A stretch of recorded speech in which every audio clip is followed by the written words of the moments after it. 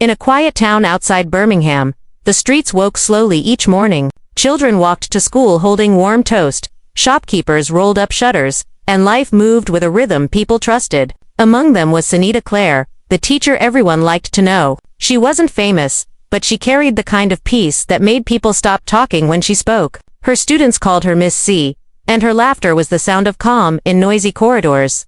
That same year, a new teacher arrived, Melissa Kane. She was sharp, talkative, a little louder, the kind of person who wanted to be noticed but never quite was. From the first week, she and Sonita became friends. They stayed late decorating bulletin boards, shared sandwiches, traded small jokes about parents' meetings and school chaos. To everyone watching, it looked perfect. To women in sync. Same energy, same passion, but friendship built on admiration sometimes hides something heavier. Melissa looked at Sonita and saw not just kindness but everything she wished to be. Confident without trying. Respected without asking. Whenever students ran to Sonita with questions or hugs, Melissa smiled, but inside, the smile cracked. She told herself, "I'll get there too." But envy is patient. It doesn't shout, it whispers. Over months, the pattern grew. If Sonita wore soft colors, Melissa showed up the next day in the same shades. If Sonita introduced a new art project, Melissa launched one almost identical. When Sonita's class displayed their paintings in the hall, Melissa quietly moved hers beside them, just a little larger. No one noticed the shift. Only Sonita felt something uneasy forming between the laughs.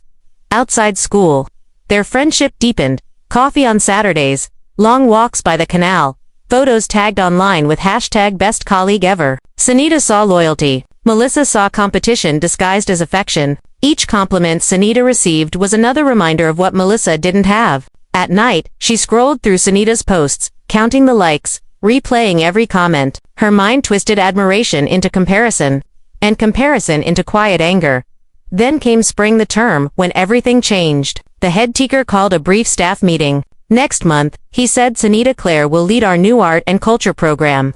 Applause followed. Chairs squeaked. Coffee cups tapped in approval. Melissa clapped too, forcing her smile to hold while her stomach dropped. She felt the room tilt away from her. That night, she bought flowers for Sonita and placed them on her desk with a note. "So proud of you." But inside, another note had already started writing itself. "Why not me?" Weeks passed. Sonita tried to include her friend, asking for help, sharing plans, but Melissa's responses grew cold. She stopped meeting for lunch, stopped laughing at small jokes. Instead, she began correcting Sonita in front of others, small cuts wrapped in polite words. "Maybe you should try something simpler," she'd say with a smile that didn't reach her eyes. Sonita ignored it. Kindness, she believed, fixed everything.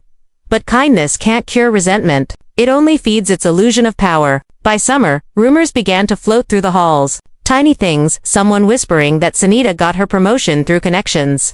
Another claiming she took credit for group work. No one knew who started it, but every story ended up at Melissa's desk before spreading again. One evening after class, Sonita walked into the staff room and froze. Melissa stood by the notice board, holding one of Sonita's sketches, a portrait of her students, now torn down the middle. Melissa's hand shook slightly. "Oh, it fell," she said, placing it aside too quickly. Sonita said nothing. She simply gathered the torn paper, taped it together, and smiled. "I'll fix it," she whispered. That night, she couldn't sleep. Something about the silence in her house felt wrong, as if someone had been there. She checked the door twice, the window once more, then sat on the sofa staring at her phone. A message appeared on the screen. "You don't deserve what you have. Unknown number. No name." Her first instinct was to laugh. A prank, she thought, but laughter didn't come. Outside, rain hit the windows softly. In that sound, she felt something ending. Though she couldn't say what. She didn't know it yet, but the friendship that once felt perfect had already begun to rot from within. And jealousy, now awake, was done whispering. It was learning how to speak. After that message, Sonita tried to move on. She deleted it, turned off her phone, and convinced herself that it was nothing. But from that night, something invisible began to follow her. Not a person, but a feeling. In class, she would sense eyes watching her longer than they should. In the parking lot, she'd sometimes find her car door slightly open, though she was sure she had locked it. Tiny things. Unexplainable, but constant. Melissa, meanwhile, was changing too. The cheerful teacher who once shared lunches now sat alone in the corner of the staff room. When colleagues asked if she was okay, she smiled too sweetly. "Oh, just tired. You know how it is." But inside, she wasn't tired. She was furious. Every time she saw Sonita laughing with others, something twisted in her chest. She started keeping a small notebook in her bag, not for lesson plans, but for observations. 8:40 a.m. She wore blue again. Students clapped after her assembly. Staff said she's inspirational.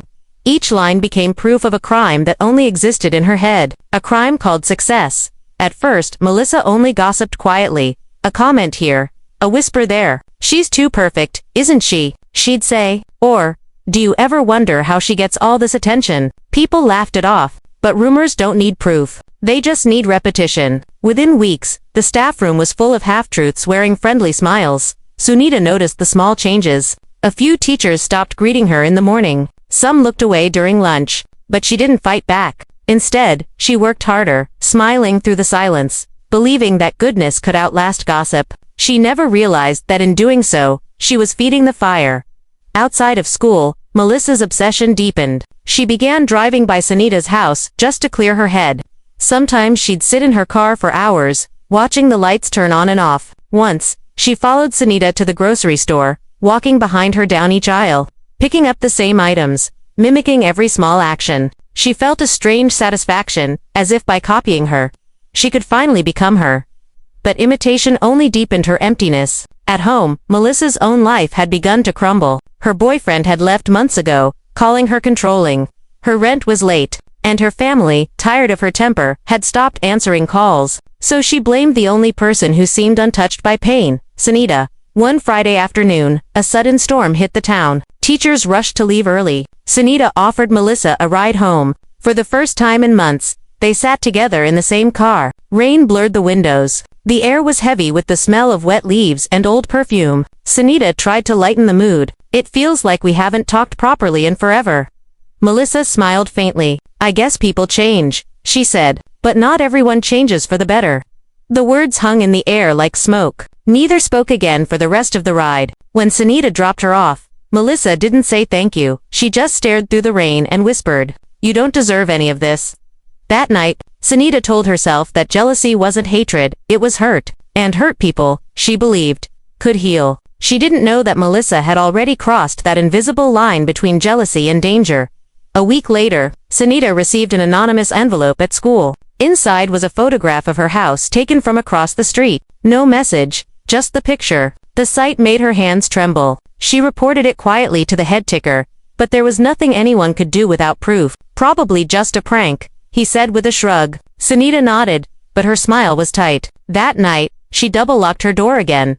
Across town, Melissa watched her from a distance. Her lights were off, but her eyes were wide open. She told herself this was justice, that she was reclaiming what Sonita had stolen from her. In her twisted logic, envy had become purpose, and purpose gave her peace. By November, whispers in the staff room had turned to stories, cruel ones. Someone claimed Sonita had forged her references. Another said she was having an affair with the head. None of it was true, but truth didn't matter anymore. Every lie added weight to the invisible wall between them. On the last day before winter break, Sonita found her classroom vandalized. Paint poured across her desk, books shredded. On the board, written in red marker, were the words, "Everything you touch, you steal." She stood there silently, tears welling, hands shaking. For the first time, she felt something break inside her, not fear, not anger, just sadness. She didn't tell anyone. She just cleaned it up and went home.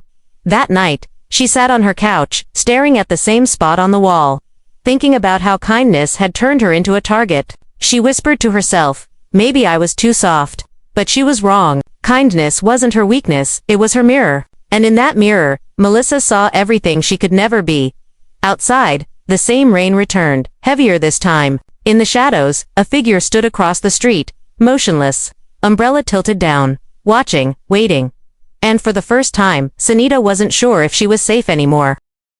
The new term began quietly. Winter had frozen the small town. Mist sat low over the roads, and the schoolyard was empty before the first bell rang. Sonita walked through the gates with a coffee in her hand, smiling faintly at the security guard. Her smile looked the same as before, but inside, it no longer reached her heart. Since that vandalism, she had been living in careful silence, pretending everything was fine. But rumors, once born, don't die. They adapt. They learned to survive in whispers and smirks. And by January, the whole school had heard them all. She's fake. She flirts for promotions. She's not what she pretends to be. Melissa didn't start every rumor. She didn't have to. She only had to feed them, one comment at a time, always disguised as concern. I really hope Sonita's okay, she'd say to a colleague, eyes full of worry. She's been acting different, hasn't she? And with that single question, the infection spread again. Sonita noticed the shift most during breaks. When she entered the staff room, conversations stopped mid-sentence. Colleagues who once hugged her now offered only polite nods. It was the kind of social death no one talks about. Slow, invisible, and complete. At home, she tried to ignore it. She read self-help books, started meditation, even joined a weekend art group to clear her mind. But peace never lasted. Every time she returned to work, she felt eyes following her, studying, judging, waiting for her to break. One morning, as she was setting up her projector, she overheard two teachers whispering near the window. She was crying in the hallway again. One said, "I heard she's being investigated." Sonita froze. Investigated? For what? That afternoon, she was called to the headtaker's office. The meeting was short and cold. Someone had filed an anonymous complaint accusing her of unprofessional conduct and emotional manipulation of students. It was nonsense, but the school had to look into it. When Sonita asked who made the complaint, the head only sighed. "It's anonymous," he said. "We'll review it internally." When she walked out, Melissa was standing in the corridor waiting. Their eyes met. Melissa smiled softly. "Everything okay?" she asked, voice sweet as sugar. Sonita wanted to scream, but she didn't. She simply nodded and walked away, her heart pounding. Over the next few weeks, the pressure grew unbearable. Emails ignored, meetings she wasn't invited to, projects she was quietly removed from. She was still a teacher on paper, but she no longer belonged. At night, she started talking to herself, replaying every memory, asking where she went wrong. Maybe she was too trusting, maybe too kind, maybe she never saw the darkness hiding in plain sight. Then, one Friday, something inside her snapped. She stayed late after class, waiting for everyone to leave. Then she walked straight to Melissa's classroom. The door was open. Melissa was packing her bag. "Why?" Sonita asked, her voice trembling. Melissa didn't look up. "Why? What?" "You know what I mean," Sonita whispered. "Why are you doing this to me?" Melissa turned slowly. Her face was calm, almost pitying. "I'm not doing anything. People just see the truth now." "What truth?" "That you're not who they think you are." The air between them grew thick. For a moment, neither spoke. Then Melissa's expression changed, a flash of something darker. "You've had your moment, Sonita," she said quietly. "Now, it's my turn." Sonita stared, speechless. There was nothing left to say. She walked away, holding her tears until she reached the parking lot. She sat in her car for an hour, gripping the steering wheel, her hands cold. It was no longer about jealousy. It was war. But the thing about wars built on lies, they always collapse under truth. And Sonita was about to uncover a truth that would turn everything upside down.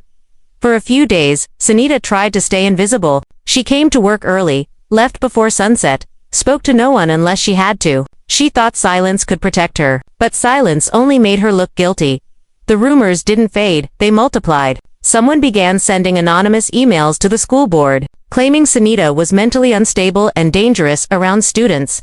Screenshots of fake messages appeared in the staff WhatsApp group, messages she had never written. Someone had created a clone account under her name. When she tried to explain, no one wanted to listen. "Just take some time off," the head taker said softly, eyes avoiding hers. "You've been under stress." That was the first step of her professional death. By February, her classes were reassigned, her office key disabled. The school never said she was fired, but she no longer had a place to stand. She'd built her life on honesty, and now even that was being used against her. But what hurt most wasn't the gossip, it was the betrayal of trust. Melissa still texted her occasionally, pretending to care. "How are you holding up? Don't let people get to you." Each message felt like a knife wrapped in velvet. She knew Melissa was behind it, but she had no proof. Sonita stopped sleeping. She'd wake up at 3 a.m. to check the locks, scroll through her phone, reread old chats. Sometimes she thought she saw shadows move outside her window. Sometimes she was sure she heard footsteps. Then one night, something terrifying happened. A soft knock on her door, past midnight. When she looked through the peephole, no one was there. But on the floor lay a single item, a small envelope. Inside, she found a photo of herself standing in her classroom, taken from behind. No note, no signature, just her own image, frozen in fear. She called the police, but they couldn't do much. It's harassment, yes, the officer said, but without evidence of who did it, there's nothing we can charge. So she did what survivors often do. She tried to pretend she wasn't afraid. But Melissa wasn't pretending anymore. She was escalating. At school, she had started collecting more proof, small things to justify what she was about to do. A forgotten paper in the printer became evidence. An overheard laugh became mockery. And with every small lie, she built a new story, one where she was the victim, and Sonita the villain. Soon, she had enough records to convince others that Sonita was dangerous. She told staff that Sonita had threatened her, that she'd been followed home, that she feared for her life. People believed her. Why wouldn't they? She cried when she spoke. She looked fragile, scared, sincere. Everyone loves to believe a good victim story. Meanwhile, Sonita's world kept shrinking. She stopped answering calls, stopped going to the grocery store. Her home became her only safe place, or so she thought. One evening, while making tea, she heard her phone buzz. It was a message from an unknown number. You think you can hide behind those locked doors? We see you. Her hands shook so hard, the mug slipped and shattered on the floor. She froze. Then she noticed something through the curtains. A faint light blinked outside. A car, parked across the street, engine running. She ran to the window. The car drove off. She didn't sleep that night. She packed a small bag, drove to her sister's house in another town, and stayed there for 2 weeks. For the first time in months, she felt safe. But fear has a way of finding its way back.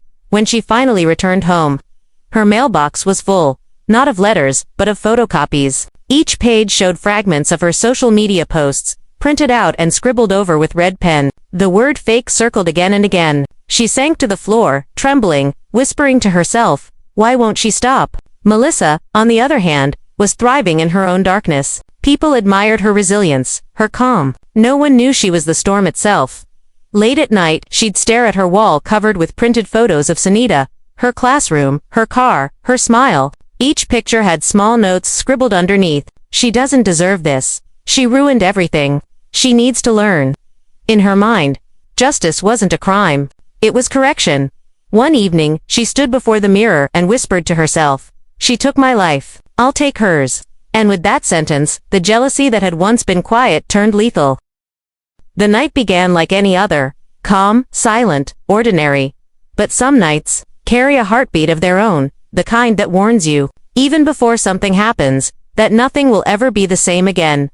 It was late March, and the rain hadn't stopped all day. Sonita sat by her window, watching water slide down the glass like tears. The street outside was empty, or so it seemed. She had just finished writing an email to the school, officially resigning. Her cursor hovered over the send button for a long time. Then she clicked it. For the first time in months, she felt light-free, almost. She whispered to herself, it's over. She can't hurt me anymore. But just as she stood to make tea, a sound stopped her, a soft creak, from the back door. She froze. Her heart pounded so loud it drowned out the rain. For a moment, she told herself it was the wind. Then came another sound, footsteps. Slow, careful. Inside the house, she reached for her phone, but it wasn't on the table. She'd left it charging in the other room. Her mind raced. The kitchen knife lay just a few feet away. She grabbed it. Every shadow in the room seemed to breathe. Then, a voice, low, almost tender. You didn't think I'd let you just walk away, did you? Sonita spun around. There, standing in the dim light of the hallway, was Melissa, soaked from the rain. Eyes wild, lips trembling, but not from cold. She looked like someone who hadn't slept in days and didn't plan to. Melissa, Sonita whispered. What are you doing here? Melissa smiled faintly. You ruined everything, she said softly. My job, my reputation, my life. Do you even know what it's like to be invisible while everyone loves you? I never wanted this, Sonita said, voice shaking. You're sick. You need help. Melissa took a step closer. Help, she said with a laugh that sounded more like a sob. You think I need help? No, you need to stop pretending. She pulled something from her coat, Sonita's photo, one of the same ones left at her door. Crinkled. Torn at the edges. Melissa held it up. This is what everyone sees, she hissed. Perfect smile. Perfect teacher. Perfect liar. Sonita's hand tightened on the knife, not to attack, but to survive. Please, put that down, she said quietly. We can fix this. Melissa shook her head slowly. There's no fixing betrayal. Then she lunged. The two women collided in the narrow kitchen. The sound of crashing dishes filled the air. The knife clattered to the floor as Sonita tried to push her away. Rain hammered against the windows. In that chaos, two lives twisted into one violent struggle, one trying to escape, the other trying to be seen. "Stop," Sonita screamed, but Melissa's rage was louder. "You took everything from me," she cried, gripping Sonita's wrist. In the struggle, the knife slid across the floor, landing between them. They both reached for it. For a moment, everything went still, just there breathing fast, uneven, terrified. Then, a scream, a thud, silence. When the neighbors heard the crash and called the police, it was already too late.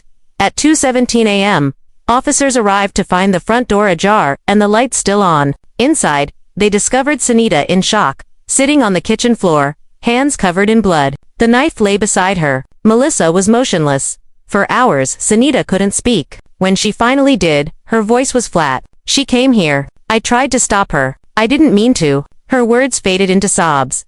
The investigation that followed painted a picture more tragic than evil. Melissa had been spiraling for months, her mental state collapsing under jealousy, paranoia, and isolation. Her diary, later recovered from her apartment, revealed pages filled with obsession. One line, written the day before the incident, read, "If I can't be her, I'll make sure no one else sees her either."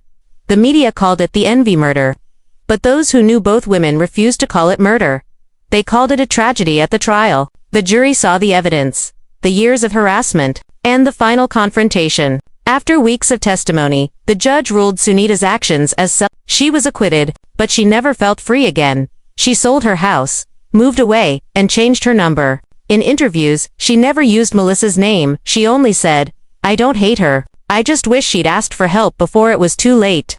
Years later, a journalist visited the town to film a short documentary about the case. When he asked the locals what they remembered most, one woman said quietly, "It wasn't the murder. It was how fast love can turn into fear, and how jealousy can look just like friendship." And that was the real story of Sonita Clare, a woman who survived the kind of darkness most people only see in others, never realizing it could be hiding behind the friend who smiles at them every day. The small courtroom in Manchester Crown Court was full. Reporters sat in the back row, notebooks open. Every seat was taken, every whisper carried weight. Outside, rain washed over the old stone building, a fitting backdrop for a story born from jealousy, fear, and obsession. Sonita Clare sat at the defense table, her face pale but calm. Across from her, the prosecution spoke of intent and rage, while the defense called it self-defense in the face of madness. But the truth, as always, lived somewhere in between. The trial began with silence. Even the judge seemed to speak softer than usual, as if the walls themselves were listening. The first to testify was the neighbor who'd called the police. She described the screams, the crashing sounds, the moment she saw the door open. Then came the detectives. Photographs of the kitchen appeared on screen, shattered glass, spilled tea, a single knife glinting under the overhead light. Each image drew a breath from the audience, but it wasn't the evidence that broke the courtroom's calm, it was the diaries. The prosecution opened a small blue notebook, found in Melissa's apartment. The pages were filled with phrases that chilled everyone in the room. "She has everything. If I disappear, it will be her fault. Sometimes I dream about ending it." One page, dated 2 days before the attack, had a single line written in thick ink. "It ends on Friday."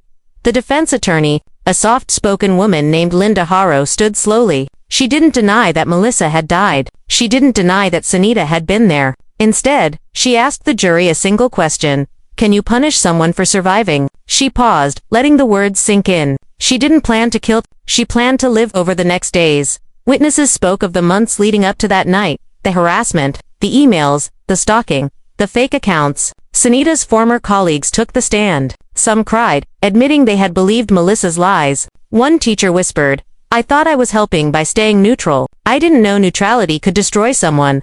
When it was Sonita's turn to testify, the courtroom fell completely silent. Her voice trembled as she began. "I never wanted any of this," she said. "She was my friend. I cared about her. But she kept coming after me, and I thought I could fix it. I thought kindness could stop it." She stopped, swallowing hard. But kindness doesn't stop obsession. The judge watched her closely. No tears. No dramatics. Just the quiet truth of a woman who had lost everything, except her conscience.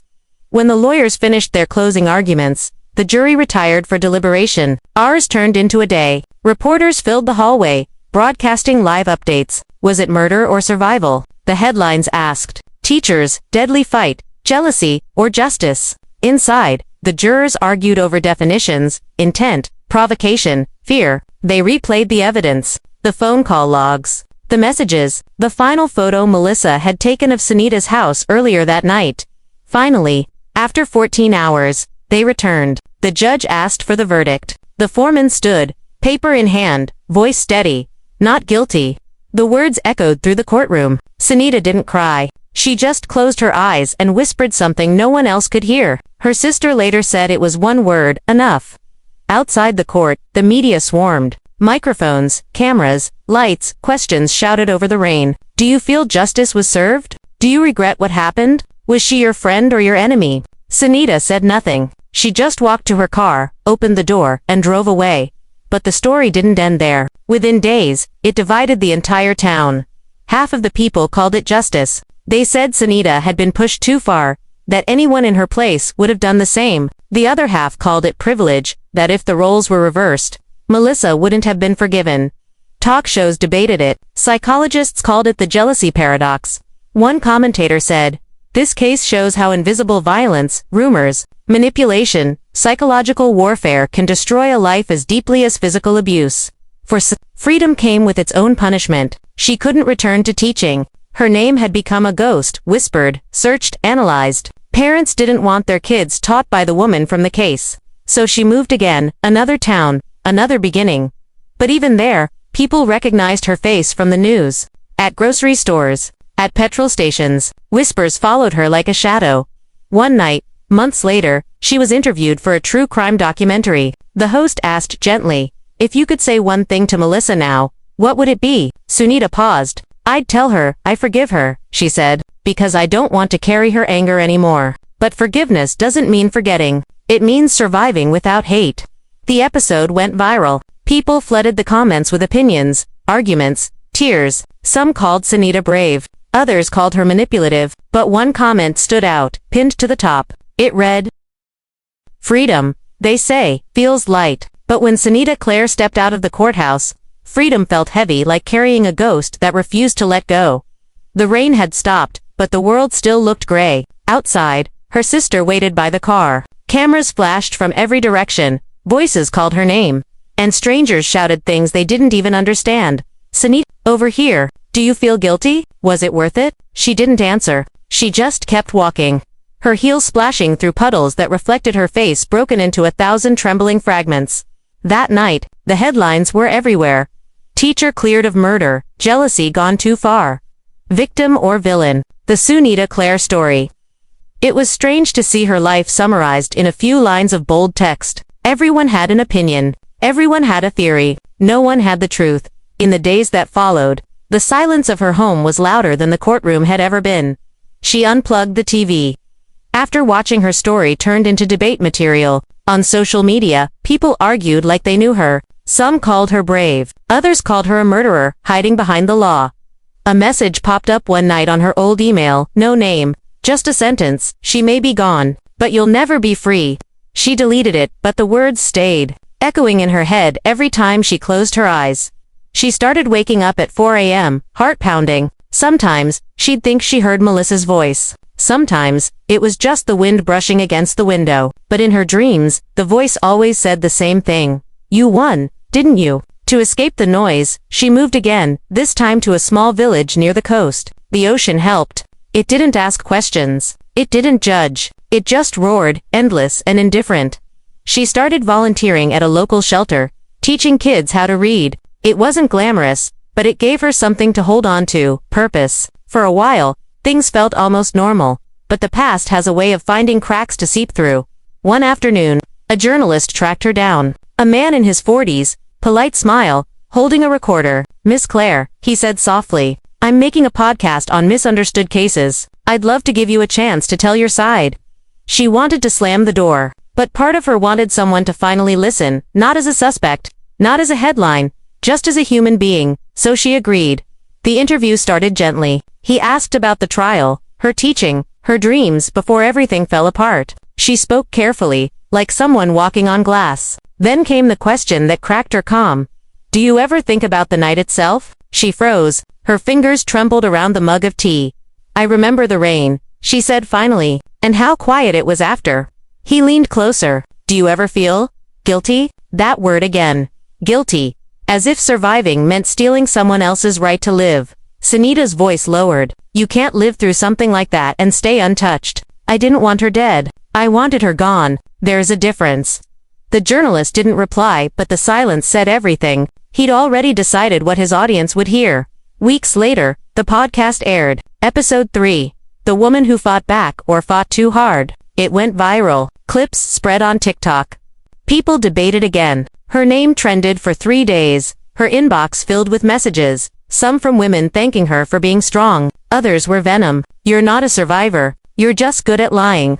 Justice failed. You'll get what's coming. I hope you dream of her face every night.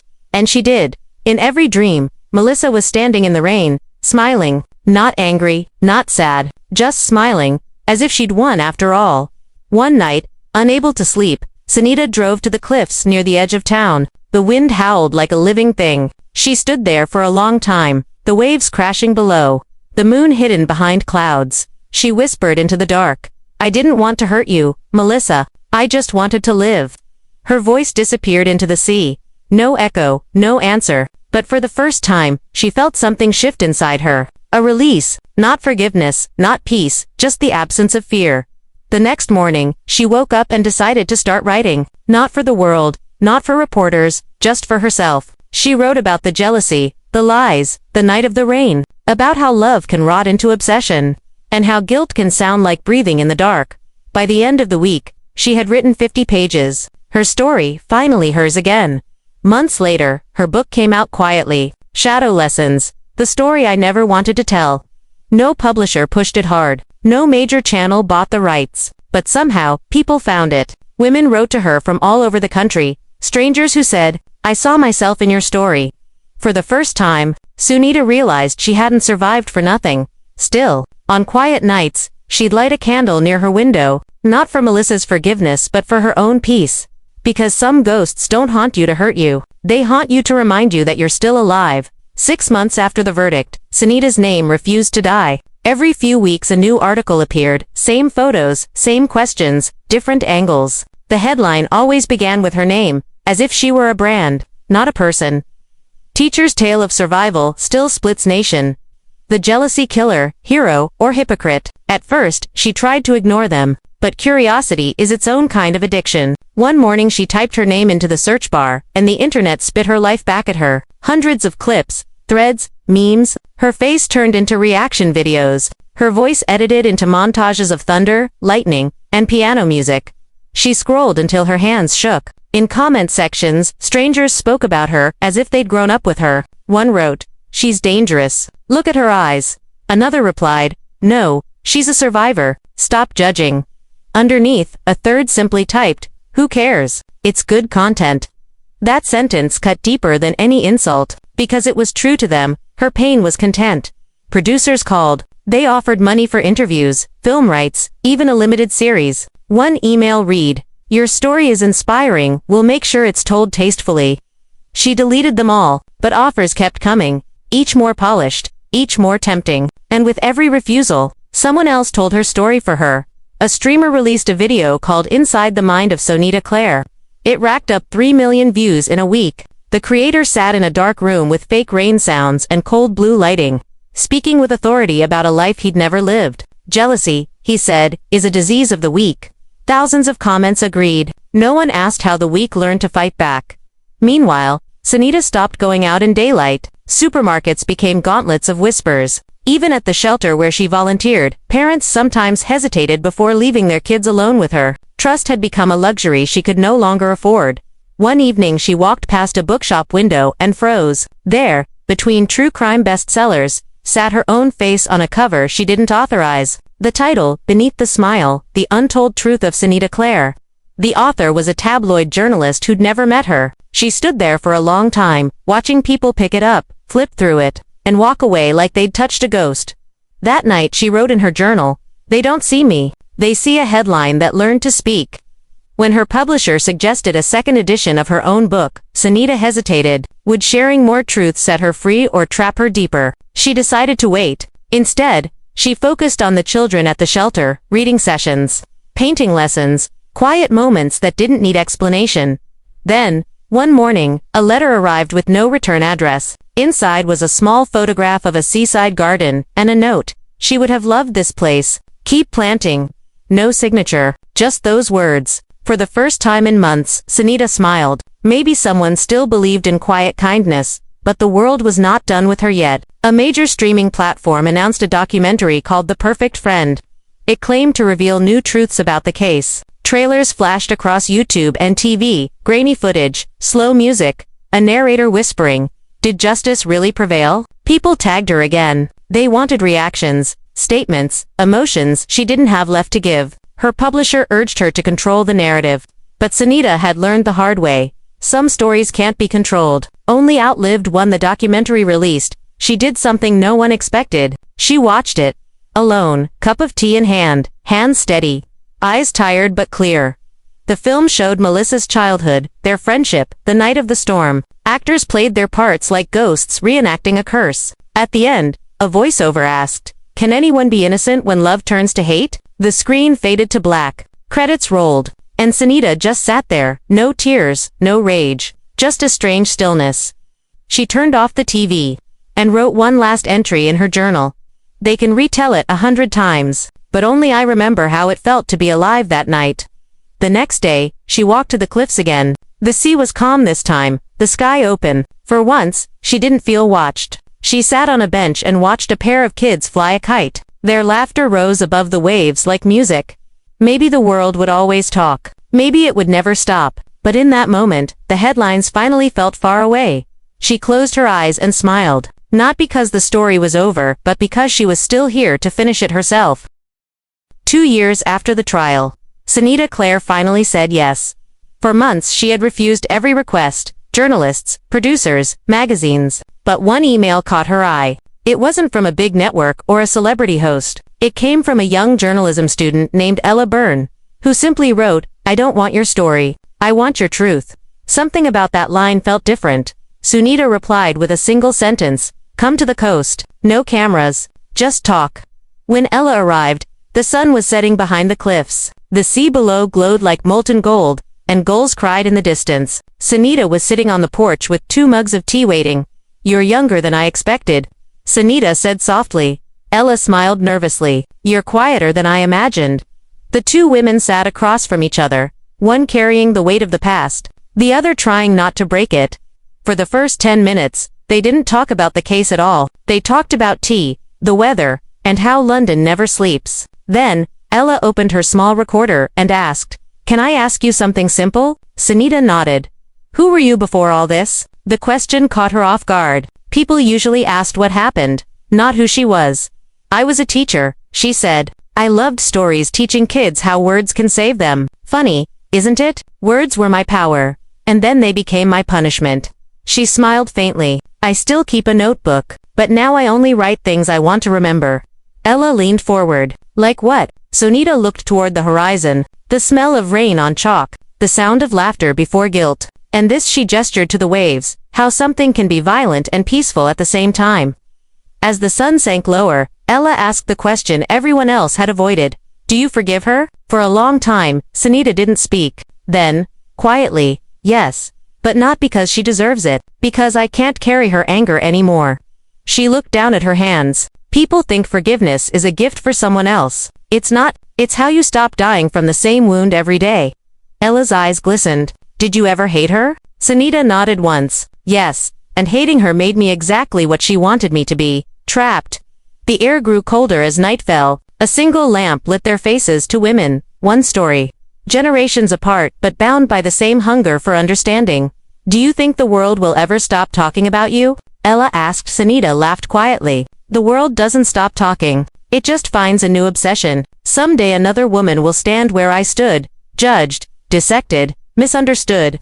Ella hesitated, then said, "But your story saved people. You know, some of my friends said it gave them courage." "Courage?" Sonita tilted her head. "I don't know if I gave them courage. Maybe I just showed them what it costs to survive. They sat in silence for a while, listening to the waves crash below. Then Sonita reached into a drawer and pulled out an envelope. Inside were printed pages, the final chapter of her next book. I wasn't going to publish it, she said, but I think you should read it. Ella opened it carefully. The title page read, After the Rain. The first line said, They will call you names, victim, liar, survivor, but none of them know how it felt to keep breathing when everything inside you wanted to stop. As Ella read silently, Sonita continued speaking, almost to herself. People think power means control, she said, but real power is letting go of the story before it eats you alive. She paused. I'm tired of being a headline. I want to be a human again. When Ella left that night, she hugged Sonita tightly. Thank you for trusting me, she whispered. Thank you for listening, Sonita replied. Most people only want to hear themselves talk.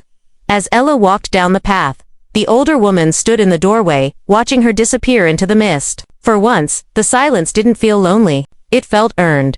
2 months later, Ella's article went live, not on a big platform, but in a small online magazine. The title, The Woman Who Stopped Running. It wasn't sensational. It wasn't dramatic. It was honest. The first paragraph read, She didn't ask for pity. She asked for understanding. And maybe that's all any of us really want, to be seen without being judged.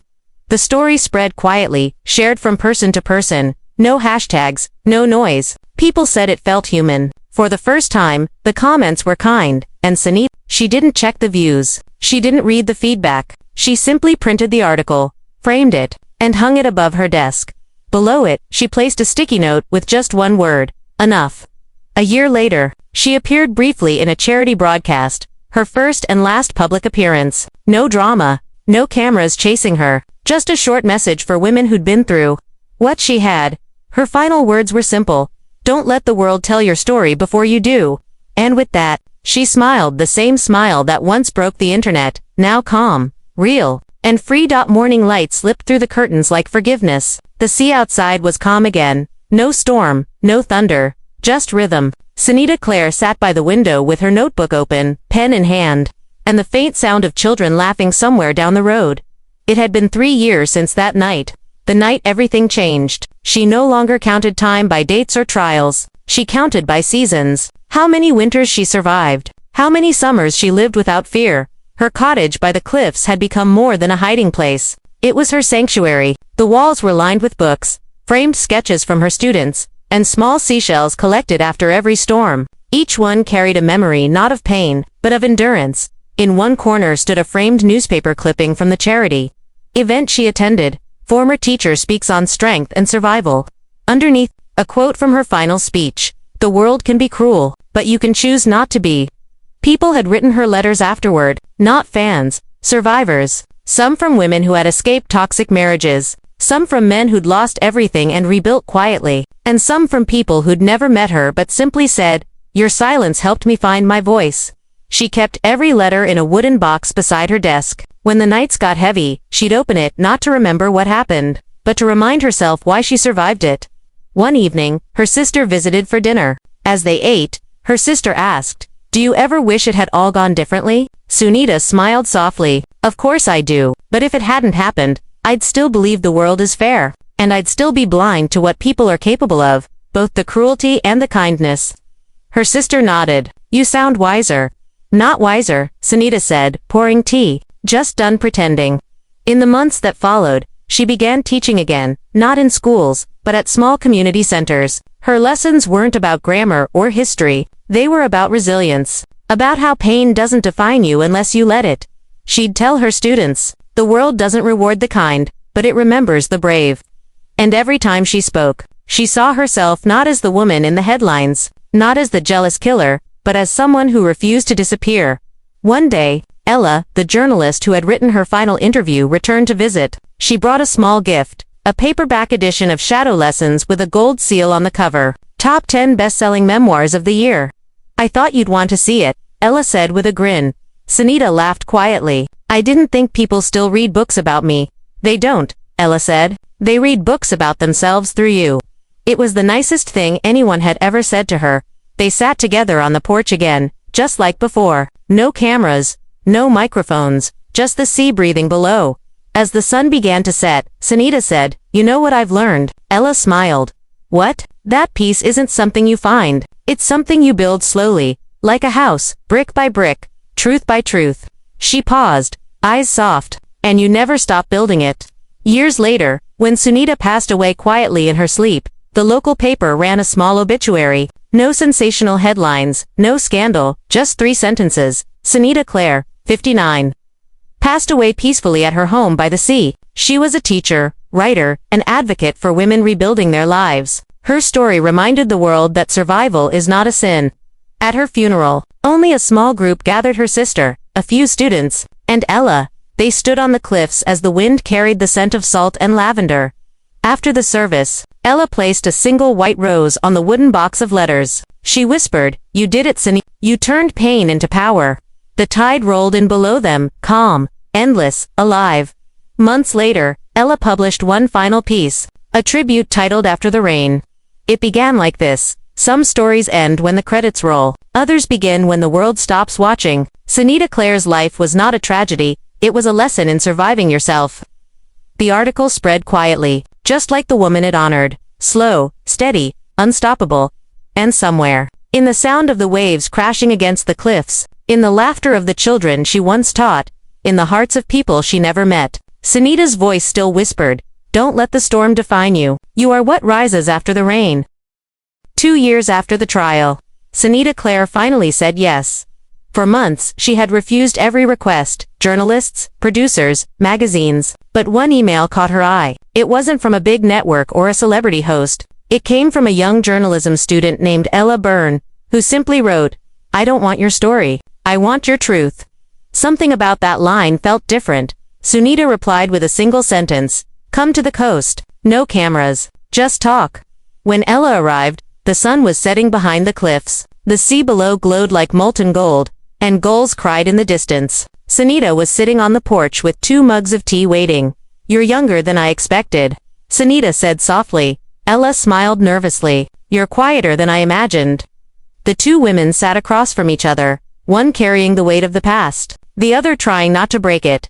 For the first 10 minutes, they didn't talk about the case at all. They talked about tea, the weather, and how London never sleeps. Then, Ella opened her small recorder and asked, "Can I ask you something simple?" Sonita nodded. "Who were you before all this?" The question caught her off guard. People usually asked what happened, not who she was. "I was a teacher," she said. "I loved stories, teaching kids how words can save them. Funny, isn't it? Words were my power, and then they became my punishment." She smiled faintly. "I still keep a notebook, but now I only write things I want to remember." Ella leaned forward. "Like what?" Sonita looked toward the horizon. The smell of rain on chalk, the sound of laughter before guilt, and this, she gestured to the waves, how something can be violent and peaceful at the same time. As the sun sank lower, Ella asked the question everyone else had avoided. "Do you forgive her?" For a long time, Sonita didn't speak. Then, quietly, "Yes, but not because she deserves it, because I can't carry her anger anymore." She looked down at her hands. "People think forgiveness is a gift for someone else. It's not. It's how you stop dying from the same wound every day." Ella's eyes glistened. "Did you ever hate her?" Sonita nodded once. "Yes, and hating her made me exactly what she wanted me to be: trapped." The air grew colder as night fell. A single lamp lit their faces: 2 women, 1 story. Generations apart but bound by the same hunger for understanding. "Do you think the world will ever stop talking about you?" Ella asked. Sonita laughed quietly. "The world doesn't stop talking. It just finds a new obsession. Someday, another woman will stand where I stood, judged, dissected, misunderstood." Ella hesitated, then said, "But your story saved people. You know, some of my friends said it gave them courage."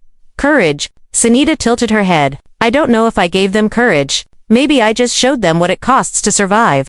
They sat in silence for a while, listening to the waves crash below. Then Sonita reached into a drawer and pulled out an envelope. Inside were printed pages, the final chapter of her next book. "I wasn't going to publish it," she said, "but I think you should read it." Ella opened it carefully. The title page read, "After the Rain." The first line said, "They will call you names: victim, liar, survivor, but none of them know how it felt to keep breathing when everything inside you wanted to stop." As Ella read silently, Sonita continued speaking, almost to herself. People think power means control, she said, but real power is letting go of the story before it eats you alive. She paused. I'm tired of being a headline. I want to be a human again. When Ella left that night, she hugged Sonita tightly. Thank you for trusting me, she whispered. Thank you for listening, Sonita replied. Most people only want to hear themselves talk. As Ella walked down the path, the older woman stood in the doorway, watching her disappear into the mist. For once, the silence didn't feel lonely. It felt earned. 2 months later, Ella's article went live, not on a big platform, but in a small online magazine. The title, The Woman Who Stopped Running. It wasn't sensational. It wasn't dramatic. It was honest. The first paragraph read, she didn't ask for pity. She asked for understanding. And maybe that's all any of us really want, to be seen without being judged. The story spread quietly, shared from person to person. No hashtags, no noise. People said it felt human. For the first time, the comments were kind. And Sonita, she didn't check the views. She didn't read the feedback. She simply printed the article, framed it, and hung it above her desk. Below it, she placed a sticky note with just one word. Enough. A year later, she appeared briefly in a charity broadcast, her first and last public appearance. No drama, no cameras chasing her, just a short message for women who'd been through what she had. Her final words were simple. Don't let the world tell your story before you do. And with that, she smiled, the same smile that once broke the internet, now calm, real, and free. Morning light slipped through the curtains like forgiveness. The sea outside was calm again. No storm, no thunder, just rhythm. Sonita Clare sat by the window with her notebook open, pen in hand, and the faint sound of children laughing somewhere down the road. It had been 3 years since that night. The night everything changed. She no longer counted time by dates or trials. She counted by seasons. How many winters she survived. How many summers she lived without fear. Her cottage by the cliffs had become more than a hiding place. It was her sanctuary. The walls were lined with books, framed sketches from her students, and small seashells collected after every storm. Each one carried a memory, not of pain, but of endurance. In one corner stood a framed newspaper clipping from the charity event she attended. Former teacher speaks on strength and survival. Underneath, a quote from her final speech. The world can be cruel, but you can choose not to be. People had written her letters afterward, not fans, survivors. Some from women who had escaped toxic marriages. Some from men who'd lost everything and rebuilt quietly. And some from people who'd never met her but simply said, your silence helped me find my voice. She kept every letter in a wooden box beside her desk. When the nights got heavy, she'd open it not to remember what happened, but to remind herself why she survived it. One evening, her sister visited for dinner. As they ate, her sister asked, do you ever wish it had all gone differently? Sonita smiled softly. Of course I do. But if it hadn't happened, I'd still believe the world is fair. And I'd still be blind to what people are capable of, both the cruelty and the kindness. Her sister nodded. You sound wiser. Not wiser, Sonita said, pouring tea, just unpretending. In the months that followed, she began teaching again, not in schools, but at small community centers. Her lessons weren't about grammar or history. They were about resilience, about how pain doesn't define you unless you let it. She'd tell her students, the world doesn't reward the kind, but it remembers the brave. And every time she spoke, she saw herself not as the woman in the headlines, not as the jealous killer, but as someone who refused to disappear. One day, Ella, the journalist who had written her final interview, returned to visit. She brought a small gift, a paperback edition of Shadow Lessons with a gold seal on the cover, top 10 best-selling memoirs of the year. I thought you'd want to see it, Ella said with a grin. Sonita laughed quietly. I didn't think people still read books about me. They don't, Ella said. They read books about themselves through you. It was the nicest thing anyone had ever said to her. They sat together on the porch again, just like before. No cameras, no microphones, just the sea breathing below. As the sun began to set, Sonita said, you know what I've learned? Ella smiled. What? That peace isn't something you find. It's something you build slowly, like a house, brick by brick, truth by truth. She paused, eyes soft, and you never stop building it. Years later, when Sonita passed away quietly in her sleep, the local paper ran a small obituary. No sensational headlines, no scandal, just 3 sentences. Sonita Clare, 59, passed away peacefully at her home by the sea. She was a teacher, writer, and advocate for women rebuilding their lives. Her story reminded the world that survival is not a sin. At her funeral, only a small group gathered: her sister, a few students, and Ella. They stood on the cliffs as the wind carried the scent of salt and lavender. After the service, Ella placed a single white rose on the wooden box of letters. She whispered, "You did it, Sonita. You turned pain into power." The tide rolled in below them, calm, endless, alive. Months later, Ella published one final piece, a tribute titled After the Rain. It began like this: "Some stories end when the credits roll. Others begin when the world stops watching." Sonita Clare's life was not a tragedy. It was a lesson in surviving yourself. The article spread quietly, just like the woman it honored: slow, steady, unstoppable. And somewhere, in the sound of the waves crashing against the cliffs, in the laughter of the children she once taught, in the hearts of people she never met, Sonita's voice still whispered, "Don't let the storm define you. You are what rises after the rain." Time has a strange way of folding itself. Years after Sonita's death, her name reappeared, not in headlines this time, but in classrooms. A young literature teacher held up shadow lessons to her students and said, "This book isn't about murder. It's about what happens when silence fights back." The students listened. Some had never heard of Sonita Clare.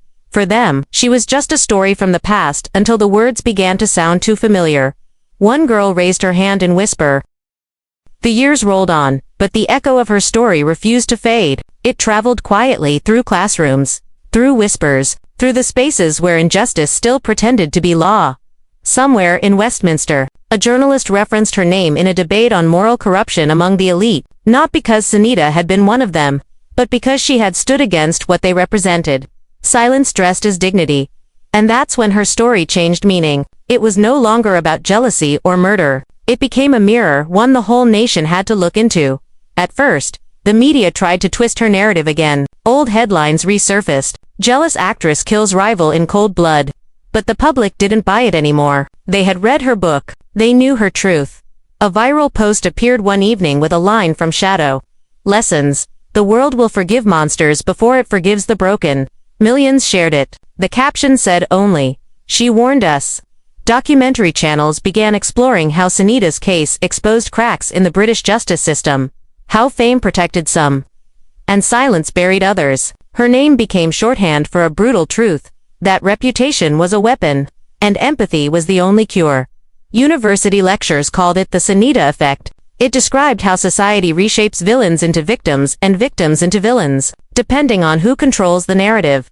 In a museum in London, tucked between exhibits on the darker side of British history, a small corner display appeared, "Crimes Beneath the Crown, Forgotten Truths of the Modern Empire."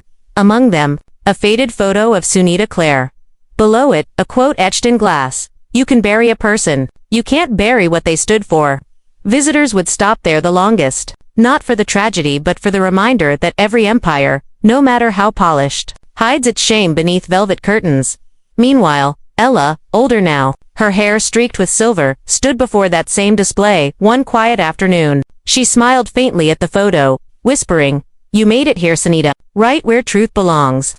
The museum lights glowed softly over the glass, and for a brief moment, the reflection looked alive, calm, graceful, free. As she left the building, Ella walked past tourists laughing, buses honking, London moving like it always did, loud, indifferent, eternal. And she thought about how all stories, even the ones born in pain, eventually find peace. Not in fame, not in forgiveness, but in remembrance. Because remembrance is stronger than justice. It lasts longer. It outlives both the guilty and the innocent.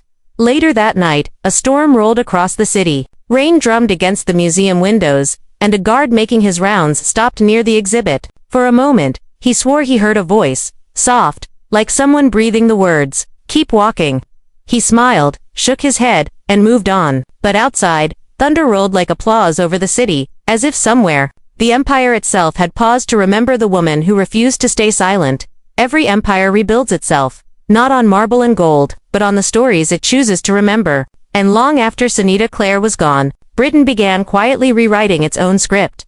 Documentaries, podcasts, and university lectures stopped treating her case as scandal. They started calling it what it truly was, a reckoning, a line in history where truth finally spoke louder than fame. 10 years later, a quiet movement began online. Writers, artists, whistleblowers all using the same hashtag, #BeneathTheCrown. They told their stories of injustice, cover-ups, manipulation, and survival. Each one ended the same way. I'm still here, and I'm not silent anymore. Within months, thousands joined. It wasn't a protest. It was a confession, collective, powerful, unstoppable. By now, the old media world that once destroyed Sonita had changed completely. The glossy tabloids were gone, replaced by digital archives of regret. A few of the same journalists who once mocked her name now spoke at conferences about ethics. They quoted her, "The world can't change unless it's brave enough to look in the mirror." And every time they said it, her ghost smiled somewhere between their words. At the center of this quiet revolution stood Ella, older, wiser, and still carrying that small recorder. She had become a mentor for young investigative journalists. One of them, a 22-year-old named Lena Ashcroft, idolized Sonita's story since childhood. During her first field assignment, Lena asked Ella, "Do you think truth ever really wins?" Ella paused, watching the rain slide down the window. "Truth doesn't win," she said softly. "It survives. And that's enough." Those words became Lena's headline. A week later, the article went viral, reawakening the world's memory of Sonita Clare once more. In the same year, a British film studio announced a new series titled Crimes Beneath the Crown. Each episode explored hidden truths, royal couver, elite scandals, forgotten victims, and stories that were never allowed to breathe. The first episode, The Rise and Fall of Sonita Clare. But this time, it wasn't tragedy, it was triumph told through clarity, showing how jealousy, power, and silence collided to create a legend that truth outlived. When the trailer dropped, one line froze the internet. They buried her name, but they forgot. Truth grows roots. The premiere was held at the same theater where Sonita once performed her first stage play. Inside, journalists, filmmakers, and ordinary viewers filled every seat. No red carpet, no celebrity spotlight, just quiet respect. As the credits rolled, the entire room stood in silence, not clapping, just feeling. Ella sat in the back row, her hands folded. For a moment, she thought she saw Sonita standing by the exit, smiling, proud, peaceful, but when she blinked, there was only light. Months later, the show became a global phenomenon. People across the world began sending their own stories, stories varied by fear, power, and silence. A movement had been born, not through anger, but through awareness. In that awareness, the crown returned, not the golden one worn by kings, but the invisible one worn by truth. Because truth, once freed, becomes royalty again, untouchable, unbreakable, eternal. So when the world looked back at Sonita Clare, it no longer saw scandal. It saw a crown that power couldn't keep, a crown that finally found its rightful place, beneath the lies, but above the noise. And that's how every empire truly rises again, not by rewriting history, but by facing it. It began quietly, not with headlines, not with outrage, just a message. A simple email sent to a small newsroom at the Chronicle Review. "You think Sonita's story was the last one they buried? Look deeper. It's happening again." No name, no signature, just a link, encrypted, password protected, and timed to self-delete after 1 hour. Lena Ashcroft, now an award-winning investigative journalist, stared at the screen, her pulse quickening. She'd read thousands of tips before, most of them fake, some attention-seeking, some unhinged. But something about this one felt different. The timing, the precision, the calm threat hiding inside the words. She clicked the link. The file opened to reveal dozens of scanned letters, correspondence between government officials, media executives, and private law firms. At the center of it all was a name she hadn't seen in years, the Williamson Trust. It was a name that had once appeared fleetingly in a footnote during the investigation of Sonita Clare, dismissed back then as irrelevant. But here it was again, pulsing on her screen, connected to payouts, sealed court orders, and NDAs that stretched back decades. The deeper she dug, the clearer it became. Someone had been buying silence long before Sonita's story ever reached the surface, and they hadn't stopped. Behind every scandal, every tragic accident that graced the front pages of polite society, there was the same invisible signature, the trust, registered offshore, linked to charities, masked by philanthropy, a web so refined that even investigators thought it was benevolence. But Lena knew better. She had learned from Ella, and Ella had learned from where others saw good intentions, she saw patterns. One night, as she scrolled through more documents, her screen flickered. Then a new message appeared. "You're looking in the right place, but be careful. They still own the crown." The email vanished seconds later. Her instinct screamed trap, But curiosity was stronger than fear, because buried within those files was something no one had ever noticed before, a photograph. Dated 1999, a charity gala at Windsor. In the crowd stood two familiar faces, Karen Williamson, the disgraced screen star, and Lord Harwood, one of the men who testified against Sonita Clare. Years ago, side by side, smiling, the caption read, "Supporters of the Williamson Trust Annual Benefit." Lena froze. This wasn't coincidence, it was connection. Days turned into nights. The more she uncovered, the darker the threads became: bribery, manipulation, and quiet disappearances of witnesses who had once tried to expose the same circle. But what chilled her most wasn't the crimes. It was the silence surrounding them, the same polite silence that had killed Sonita Clare, not with weapons, but with whispers. So Lena decided to do what Sonita couldn't. She went public. Her expose, titled, "The Shadow Under the Crown," went live at midnight. Within minutes, it broke the internet. Screens across the UK lit up with one headline: "Exclusive, Secret Network Behind Britain's Hidden Scandals. The Williamson Files." It wasn't just an article, it was a declaration. The Empire's curtain had finally been torn open again. For 48 hours, chaos reigned. Politicians called for calm. News anchors scrambled to verify the claims. Legal teams threatened injunctions. But the truth had already escaped screenshots, PDFs, recordings, shared, archived, immortalized, and in the middle of it all, Lena disappeared. Her apartment was found empty. Laptop, gone. Phone disconnected. Neighbors said they saw her leaving just before dawn, wearing a gray coat, holding a single envelope. Inside her empty office, on her desk, one note remained. "Ella, they were right. It never ended. But neither will I." Weeks passed.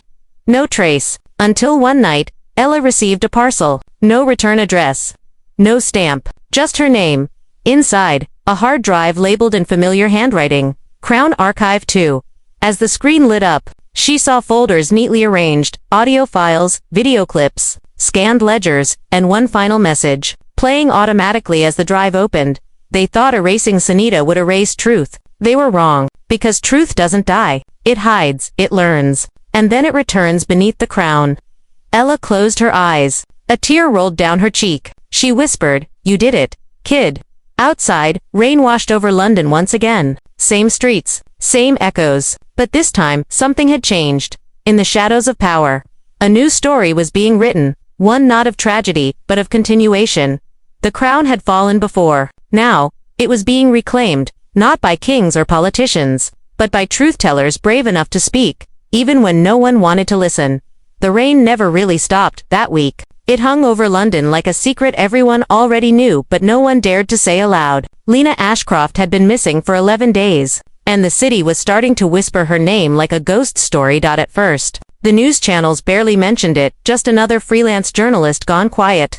But by the third day, the tone changed. Her article had been read by millions, and people wanted answers. Where was she? Who was threatened by her words? And why had the files she exposed suddenly vanished from every major site within hours of her disappearance? The internet called it a digital erasure. Ella called it exactly what it was, a warning. She returned to the old Chronicle office. Now empty, dust floating through sunlight like memories. On Lena's desk, a coffee cup still half full. Her recorder gone, her notebook missing, but tucked under the keyboard was a single Polaroid in the photo. Lena stood outside a seaside motel in Brighton, smiling, wind in her hair. Behind her, the neon sign read, "The Mariner's Rest." On the back of the photo, 2 words in blue ink, "Keep digging." That night, Ella drove 3 hours down the coast under heavy rain. The Mariner's Rest looked abandoned, boards over windows, padlocked doors, the sign flickering like a dying heartbeat. But through the side alley, a light glowed faintly from room 17. Inside, she found nothing, just dust and the faint smell of salt and old paper. Then she noticed the floorboards near the bed were loose. Under them, a metal box. Inside, Lena's voice recorder. Wrapped in plastic, she pressed play. "If you're hearing this, Ella, I was right. They're still watching. The files you have there only half the truth. The rest is buried in plain sight, at Blackwood House." The tape ended with static. Blackwood House, an estate on the edge of Surrey, once owned by the Williamson family. Officially a museum now, unofficially, a fortress of secrets. Ella knew, going there meant crossing a line. But so did Sonita. So did Lena. So did everyone who ever chose truth over safety. The next morning, she arrived before dawn. The gates were locked. the security camera swiveling slowly like an eyelid that never sleeps. She slipped through a gap in the hedge and followed the path to the rear greenhouse. Inside, rows of wilted roses and a desk covered in files. They weren't about art or charity. They were about people, names, photos, dates, each folder marked with one word, managed. At the bottom of one stack was a USB drive taped to a letter. It was addressed to L. Ashcroft. Ella's hands shook as she read the first line. They'll say I vanished. Let them. I had to go off the map to finish what we started. For 2 weeks, Ella deciphered the encrypted files on the drive. Each contained interviews with victims of the Williamson Trust, orphans, artists, activists who'd been silenced, bought or broken. Every voice told the same story in different words. They help you when no one else will. Then they own you. It was no longer just about Sonita Clare or Karen Williamson. This was systemic. A network feeding on talent, beauty, and desperation. Then came the turning point. A new email, sent from an unknown server. If you want to see her alive, come alone.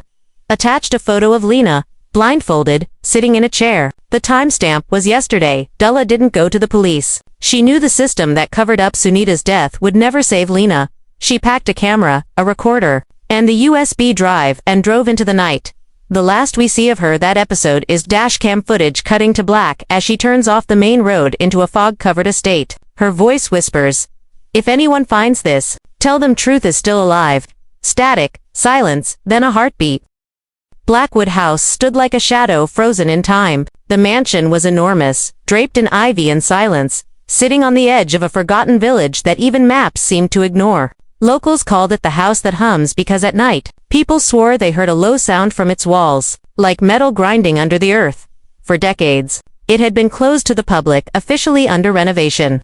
Unofficially, no one dared to go near it. That's where Ella found herself, headlights cutting through the fog, heart pounding, her car engine ticking softly after she turned the key off. She checked the recorder, whispered into it, 10:42 p.m. Blackwood House, if this is my last entry, make sure it's heard. She stepped out into the wet night. The front gate creaked open with the wind. Inside the courtyard, statues of angels stared downward, their faces chipped and eroded as if they too were tired of keeping secrets. Ella moved toward the main door, her flashlight sweeping across cracked marble tiles. Every step echoed. The silence felt heavy, not empty, but listening.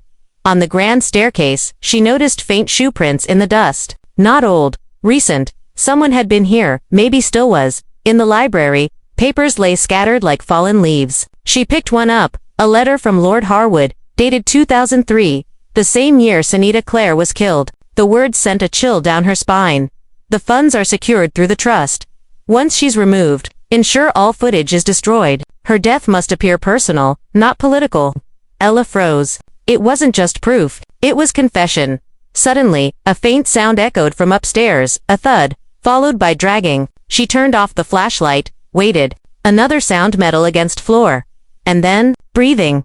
She crept up the stairs, step by step. At the top, a hallway stretched into darkness, lined with portraits, faces of the Williamson family through centuries, eyes painted so vividly they seemed to follow her.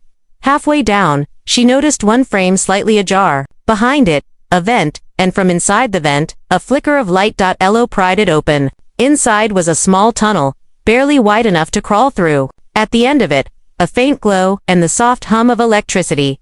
She followed the narrow path until she reached a hidden room. It was filled with monitors, hard drives, and shelves stacked with labeled tapes. Every tape marked with a name, Sonita Clare, Karen Williamson, dozens more. She felt her throat tighten. This wasn't just storage, it was surveillance. The trust had been recording everything. Conversations, confessions, threats. They hadn't destroyed the evidence. They'd archived it.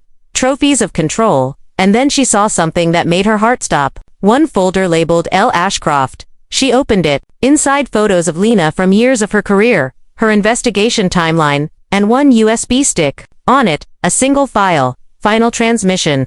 She plugged it into her recorder. Lena's voice filled the room. Clear, and hauntingly close. "If you're hearing this, it means I didn't make it out. They brought me here after the article, said they just wanted to talk. I think they want to erase me like they erased C, but they don't know I've already sent the second archive. The truth is out. Remember this, Ella, the trust isn't about money, it's about control. Who gets to speak? Who gets to stay silent?" Finish it for me. Static. Tears blurred Ella's eyes. Lena had been here. This was her last stand. But as Ella pulled the drive from the port, the monitors flickered on. One by one, screens lit up showing camera feeds from outside, from the hallways, from the very room she stood in. A voice came through the speakers, distorted. Mail.com. Miss Greenfield, you've come far, but you're trespassing on royal ground. Ella turned toward the door. Footsteps, slow, heavy. She grabbed the recorder, shoved the USB in her pocket, and bolted down the stairs. The main door was locked. She smashed a side window with a chair, cutting her arm on the glass as she crawled out. Behind her, the lights in the mansion flickered like a warning. Alive, watching. She ran until her lungs burned, stumbling into the woods, her recorder still rolling. Branches whipped her face, rain soaked her hair, but she didn't stop. Finally, she reached the car, hands trembling as she slammed the door shut. She pressed record one last time. This is Ella Greenfield. Lena was right. Blackwood House is real, and it's still operational. If this message goes silent, they found me. Tell the world, the trust is still alive. The camera light blinked once, then twice, and went dark. The next morning, hikers found her car abandoned by the roadside. Door open. Recorder gone. Only one thing left on the passenger seat, a single rose, still wet from the rain. 2 weeks after Ella's disappearance, an anonymous package arrived at the Chronicle Review. No name, no address, just a single sticker on the front. Play before midnight. Inside was a small brown box, wrapped neatly in wax paper. A voice recorder cracked, rain damaged, but still functional. The label read, Property of E. Greenfield. The newsroom fell silent as the editor placed it on the table. Everyone knew who Ella was, the woman who vanished chasing a story no one dared to touch. Now, her voice had come back. The editor pressed play. The first few seconds were static, wind, and heavy breathing. Then Ella's voice, trembling but firm. If anyone finds this, I was inside Blackwood House. I found what Lena was looking for. But this isn't just about one mansion. It's a network, and it reaches higher than anyone imagined. A chair scraped in the background. Then, another voice, deep, male, cold. You shouldn't be here. Miss Greenfield, you killed Lena. No, we preserved her. Same as we'll preserve you. Then a scream. The recorder hissed, followed by silence. The editor froze. Everyone in the room exchanged glances. This wasn't rumor anymore. This was evidence, raw, undeniable. He fast-forwarded. More static. Then another recording. This one quieter, recorded hours later. They think they've erased everything, but they're wrong. There's a hidden archive, not digital, not traceable. A physical vault under Blackwood House. I saw the door. It had a sigil, a crown split in two. That last line made the newsroom stop breathing. A split crown. It was the same symbol printed on the first file Lena had ever leaked, the Williamson Trust emblem. The tape continued. This time, muffled male voices filled the room, like a secret meeting caught on mic. Her article caused ripples, not waves. Then sync the ripples, and the others. Manage them, as always. Then another, calmer voice, one that carried authority. The crown must stay untarnished. The people need their illusions. A chair squeaked, a glass clinked, and then, destroy the originals, all of them. The clip ended abruptly. The editor hit pause. Nobody spoke. Every face around the table looked pale. Journalists, interns, producers, all suddenly aware that the thing they'd been chasing wasn't just corruption. It was institutional. One of the younger reporters whispered, "Should we go public?" The editor looked out the window. Rain began to fall again, softly tapping the glass like an echo of what had been lost. "No," he said. "Not yet. We need proof of the vault." That night, one of the staff, a tech analyst named Marcus Dean, volunteered to restore the damaged portions of the recording. By 3 a.m., he called the editor into his lab. "You need to hear this," he said. Marcus had filtered out the noise, revealing faint whispers under the static voices the naked ear couldn't catch before. He boosted the volume. "Prepare the extraction. The Mariner's Rest is compromised. Use protocol Ashcroft." The moment that name appeared, Marcus stopped. Ashcroft, Lena's last name. It wasn't just an investigation, he murmured. She was part of their plan. The following day, the Chronicle's servers were hacked, files deleted, backups corrupted. The recorder itself went missing from Marcus's desk, only hours after he uploaded his findings. But one copy survived. Marcus had secretly duplicated the restored audio onto an encrypted drive and mailed it to Ella's old address, a habit she'd taught him before she disappeared. Always make a ghost copy. A week later, a retired detective named Henry Cole received that same package. He was the one who had once investigated Sonita Clare's death and had been forced to retire after political pressure. When he pressed play, he heard Ella's final message. It wasn't just about corruption, it was prophecy. They'll call it conspiracy. They'll mock the truth until they need it. But one day, they'll dig up Blackwood House, and what they find won't be bones or money. It'll be recordings, hundreds of them, voices of the forgotten, the ones they erased beneath the crown. Henry leaned back in his chair, staring at the rain streaking down his window. He knew what came next. He had seen this pattern before. Silence, denial, and then disappearance. But this time, he wouldn't stay quiet. He called a friend still working in Scotland Yard's cyber division. Together, they planned something reckless, an unsanctioned retrieval mission to find the vault under Blackwood House. The scene cuts to a misty dawn. Henry stands in front of the same rusted gate, holding Ella's recorder and a flashlight. The fog rolls over the fields like ghosts returning home. He presses the record button. If anyone hears this, my name is Henry Cole. I was part of the system once. Now I'm here to finish what they started. This is for Lena, for Ella. The door creaks open. Darkness swallows him. The final sound, a faint hum from beneath the ground. The vault is real. The tunnels beneath Blackwood House were never built for people to find. They were built for secrets, and secrets never like to be disturbed. Henry Cole moved carefully, each step echoing against the cold stone walls. His flashlight flickered, slicing through layers of dust and shadow. He had served 30 years in law enforcement, but he had never felt fear like this, not even on the night they silenced his last case. Behind him, the metal door closed with a deep thud. The sound lingered, final, like a coffin being sealed. He followed a narrow corridor lined with faded markings, old royal seals. Dates, initials carved into stone. Every 20 feet, a small vent released a soft hum, the same hum Ella had recorded. It wasn't wind, it was machinery, something still working after all these years. At the end of the passage stood a massive door, iron, engraved with a split crown symbol, the same one mentioned in Ella's recording. The air was colder here, the silence heavier. Henry ran his hand across the metal. He felt numbers faintly etched near the edge. Coordinates, latitude, longitude. He wrote them down in his notebook, then pulled a crowbar from his bag and forced the lock. It didn't budge. Instead, the door hissed and slowly opened by itself. The light from his torch revealed something unbelievable. Rows and rows of shelves, each filled with recorders, VHS tapes, cassettes, and hard drives, labeled with initials, dates, and case numbers. The air smelled of rust and time. He whispered, "My God, they kept everything." On the nearest shelf, a tape marked Sonita Clare, Menos 2003. He pressed play. Voice 1 male. She's refusing to sign. Voice to female, trembling. I won't be your silence. You can take my name, not my truth. Sound, slap, static. Voice 1. Make it look like an overdose. Henry's hand tightened. It was Sonita's voice, clear, defiant, alive. Proof she was murdered.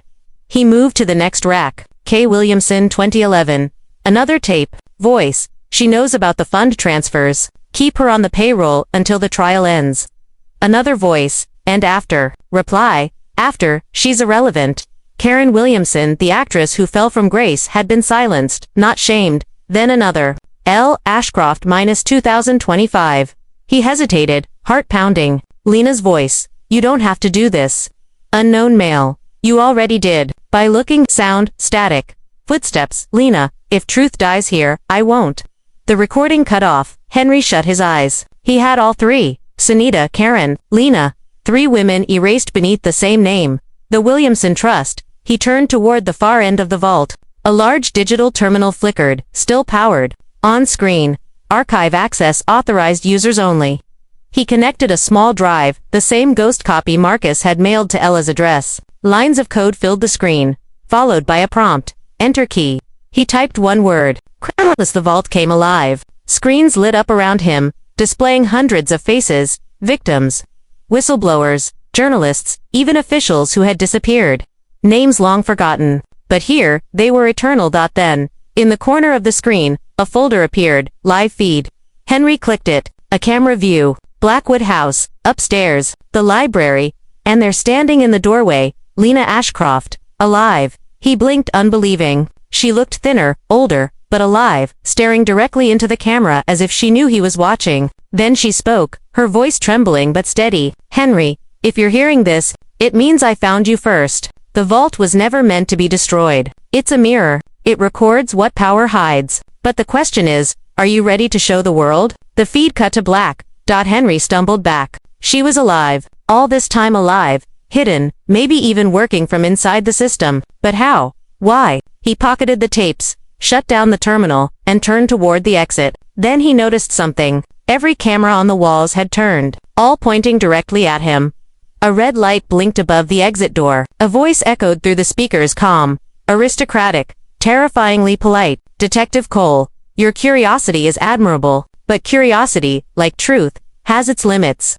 The hum in the vents grew louder, mechanical, pulsing. Gas began to hiss from the corners. He coughed, covering his mouth with his sleeve. The lights dimmed. "No, not now," he muttered. He hit the record button one last time, voice cracking between breaths. "This is Henry Cole.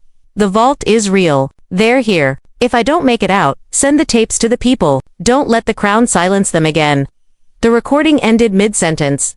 Hours later, Blackwood House burned. Locals reported a thunder-like explosion around midnight. By morning, the mansion was ash. Authorities claimed an electrical fire. No bodies found. No survivors confirmed, but in an undisclosed location, deep on the dark web, a new upload appeared at dawn. Video title, "The Vault Beneath the Crown. The Truth They Tried to Erase." Inside the video, Henry's final recording, uncut. Millions watched. The world finally knew. It started at 4:13 a.m. No one knew who pressed upload. All anyone saw was a black screen thumbnail with 6 words in white text. "The Vault Beneath the Crown, Uncut."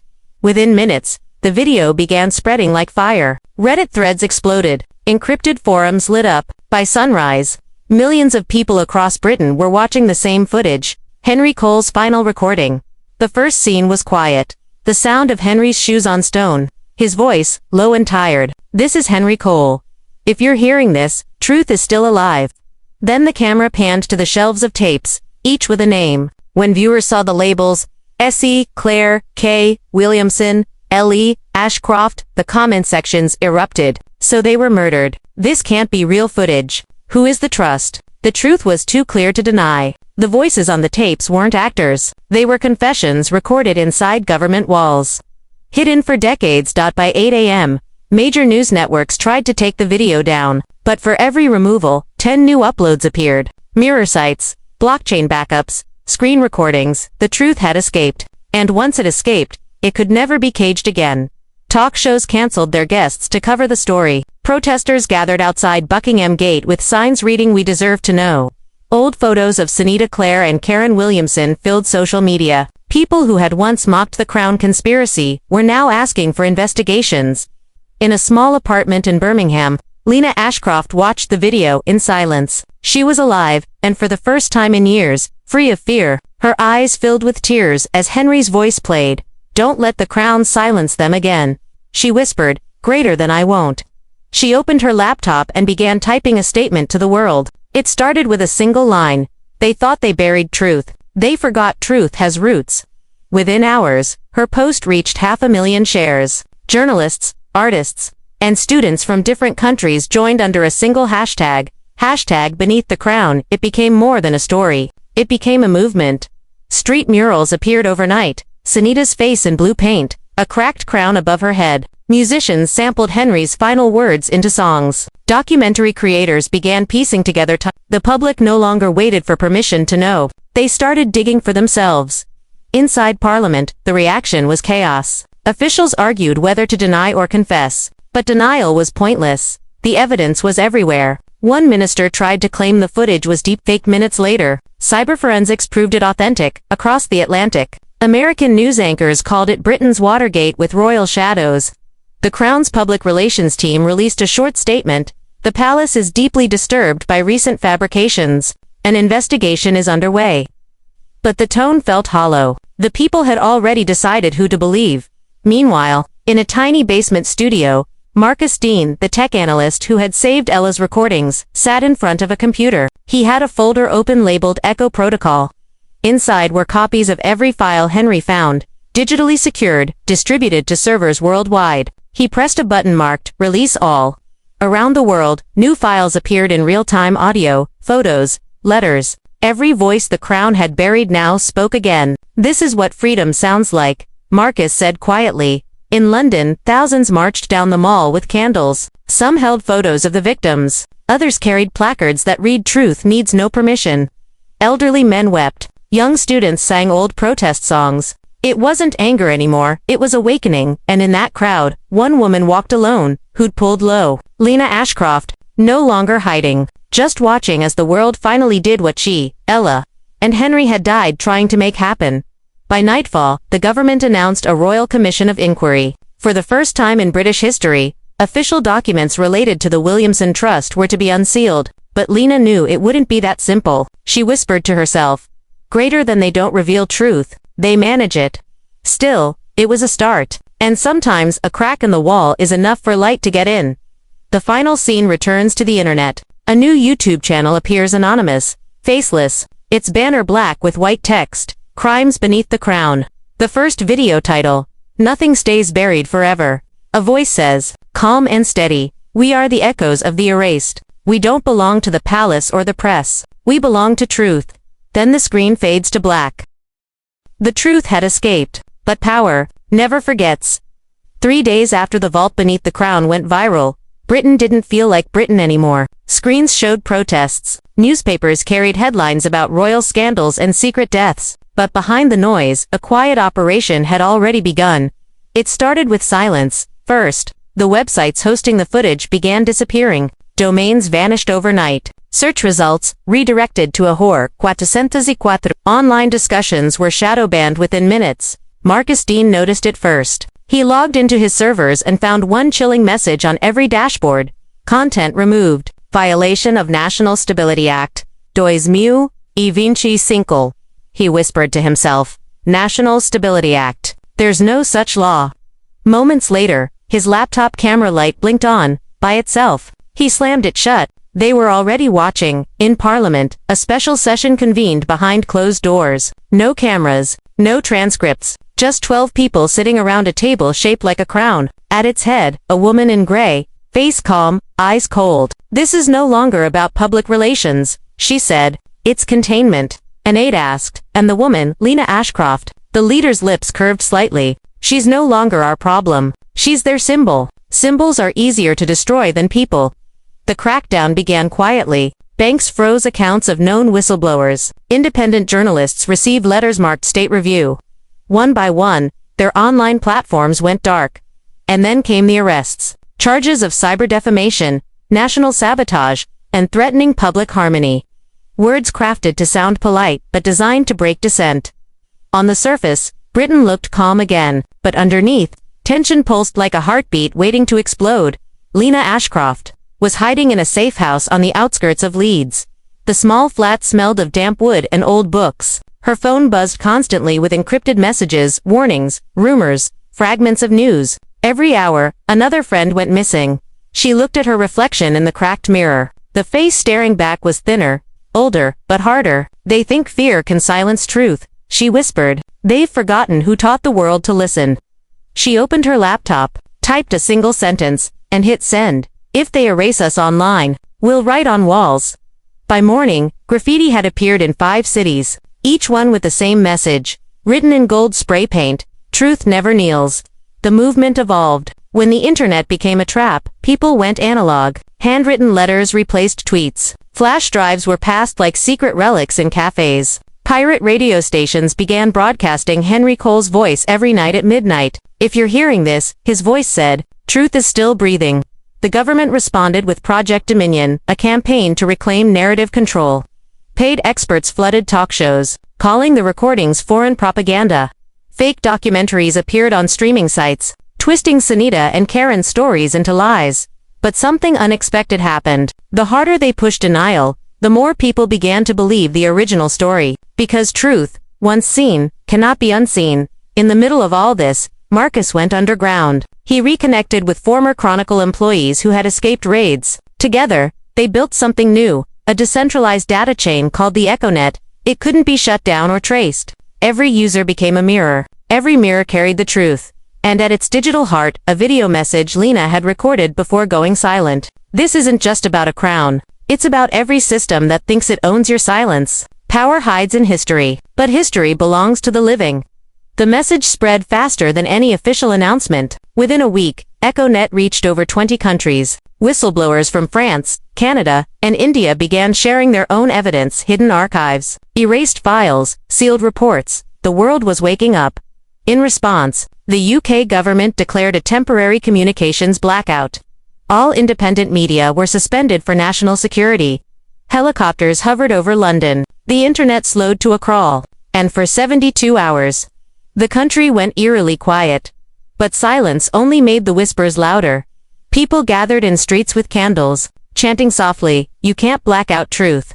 Even soldiers stationed at checkpoints lowered their weapons when old women passed carrying signs that said, "We remember Sonita." Inside a secure government room, the same gray-suited woman watched the chaos unfold on a wall of screens. One of her aides asked, "What do we do now?" She replied without emotion, "We adapt. If they want martyrs, give them ghosts." She leaned forward, eyes narrowing, "Find Lena Ashcroft, and make sure the world never knows what happens next."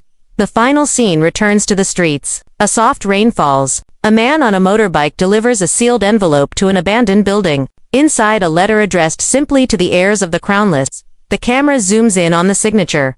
L. Ashcroft. Her voice narrates over the final image. Empires don't fall when the people fight them. They fall when their own lies run out of room to hide. And that room is shrinking. The screen fades to black. One last caption appears. End of chapter 2. The Empire strikes back.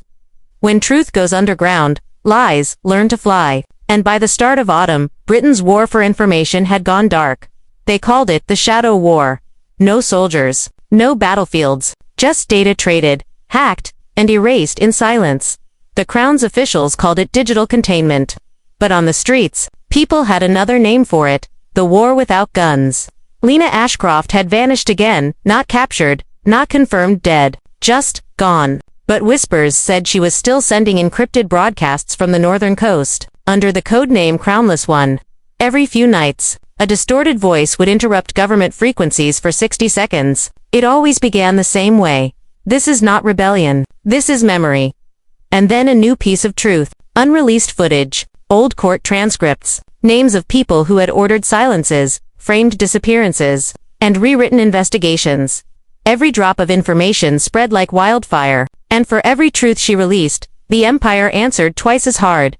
Marcus Dean, now leader of the EchoNet, watched his screen as red alerts flashed one by one. Thousands of mirror nodes were under attack. A virus, silent, advanced, and impossible to trace. "They're burning through the servers," one coder shouted. "If we lose Node 5, the archives go dark." Marcus clenched his jaw, "Then build 10 more."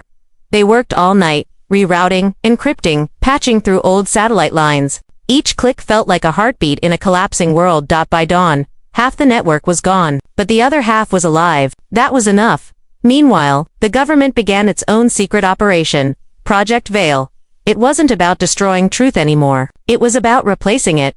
Deepfake videos appeared online, showing Sonita Clare confessing to drug crimes, Karen Williamson apologizing for false claims, and Henry Cole admitting his videos were fabrications.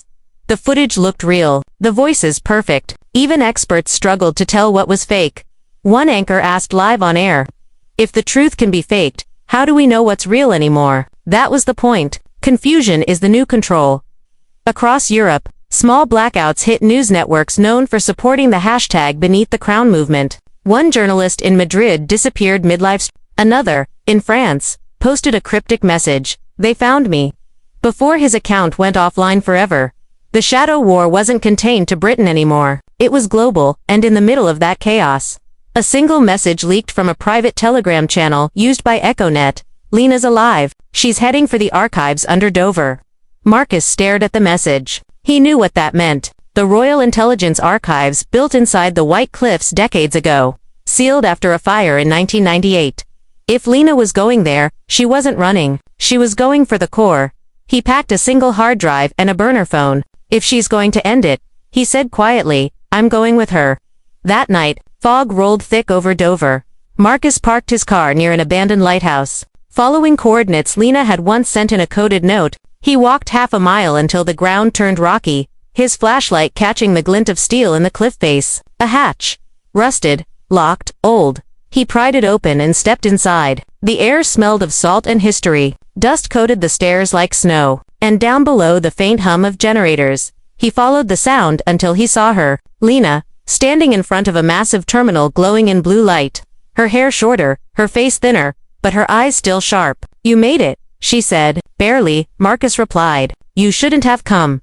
Neither should you." They smiled, tired, broken smiles between two ghosts.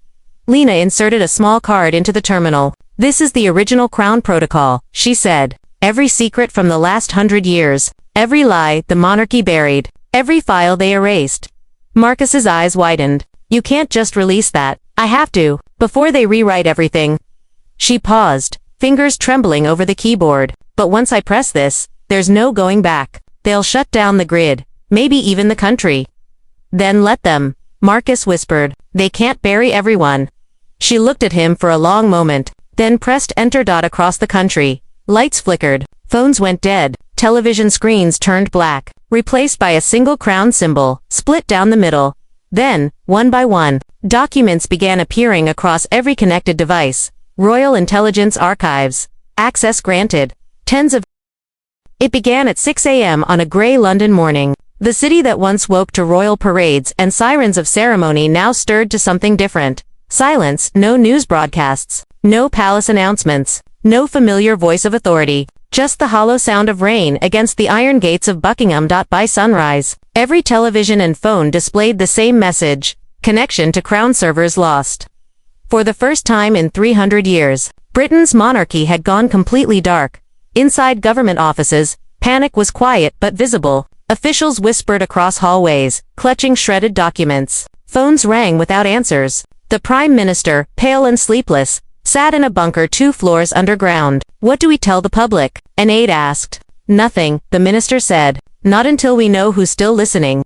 But someone was always listening. The EchoNet had returned, stronger, faster, and everywhere.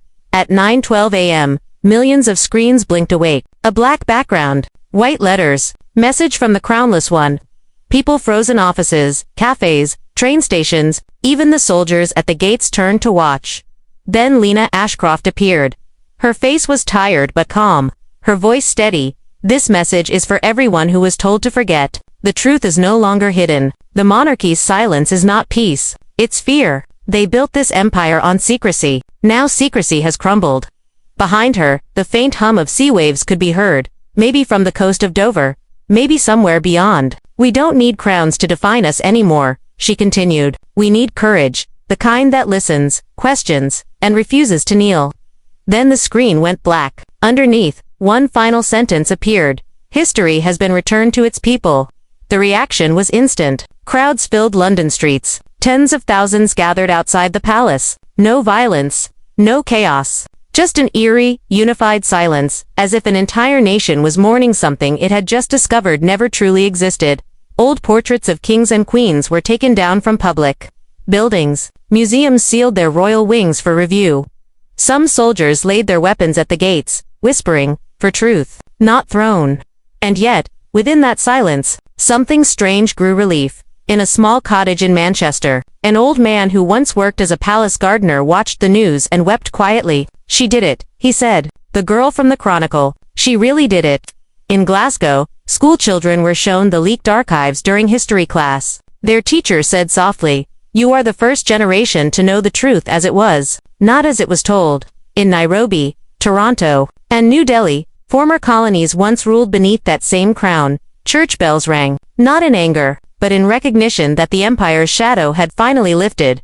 By noon, the stock markets were frozen. The pound plummeted. And yet, the people didn't panic. Instead, they waited almost peacefully for what would come next, inside the palace. The last remaining members of the royal council gathered for a final session. No cameras, no press, just old men and women facing a truth they could no longer control. "The crown must speak," one insisted. "And say what?" Another replied. "That we built an empire of lies and called it loyalty." No one answered, because for the first time in centuries, they had nothing left to say. At 3 p.m., helicopters circled above the city. Then silence again. No one knew who ordered it. but the signal from Buckingham Palace cut out completely. When technicians broke through the system later that night, they found a single video uploaded from an unknown internal account. It showed the palace ballroom empty, quiet, the chandelier still swinging slightly as if someone had just left. The camera moved slowly toward the throne. A simple note rested on the seat. Truth rules now. That was the last communication ever to come from within the palace walls. By evening, Parliament met in emergency session. The Prime Minister, eyes hollow, addressed the nation. The monarchy has chosen to withdraw from public office indefinitely. Effective immediately, Britain will transition to a constitutional council until further notice. The crowd outside didn't cheer or riot. They simply stood in rain, listening to the end of an era. In that moment, history didn't fall with a shout. It exhaled. Marcus Dean, now in hiding in Ireland, watched from an old laptop. He replayed Lena's broadcast again and again, each time catching a small detail, a ring on her hand, the sound of waves, a flicker of light behind her shoulder. She made it, he whispered. She's alive. He opened his email and found an encrypted message from an unknown address. When he decrypted it, only 3 words appeared. Keep it breathing.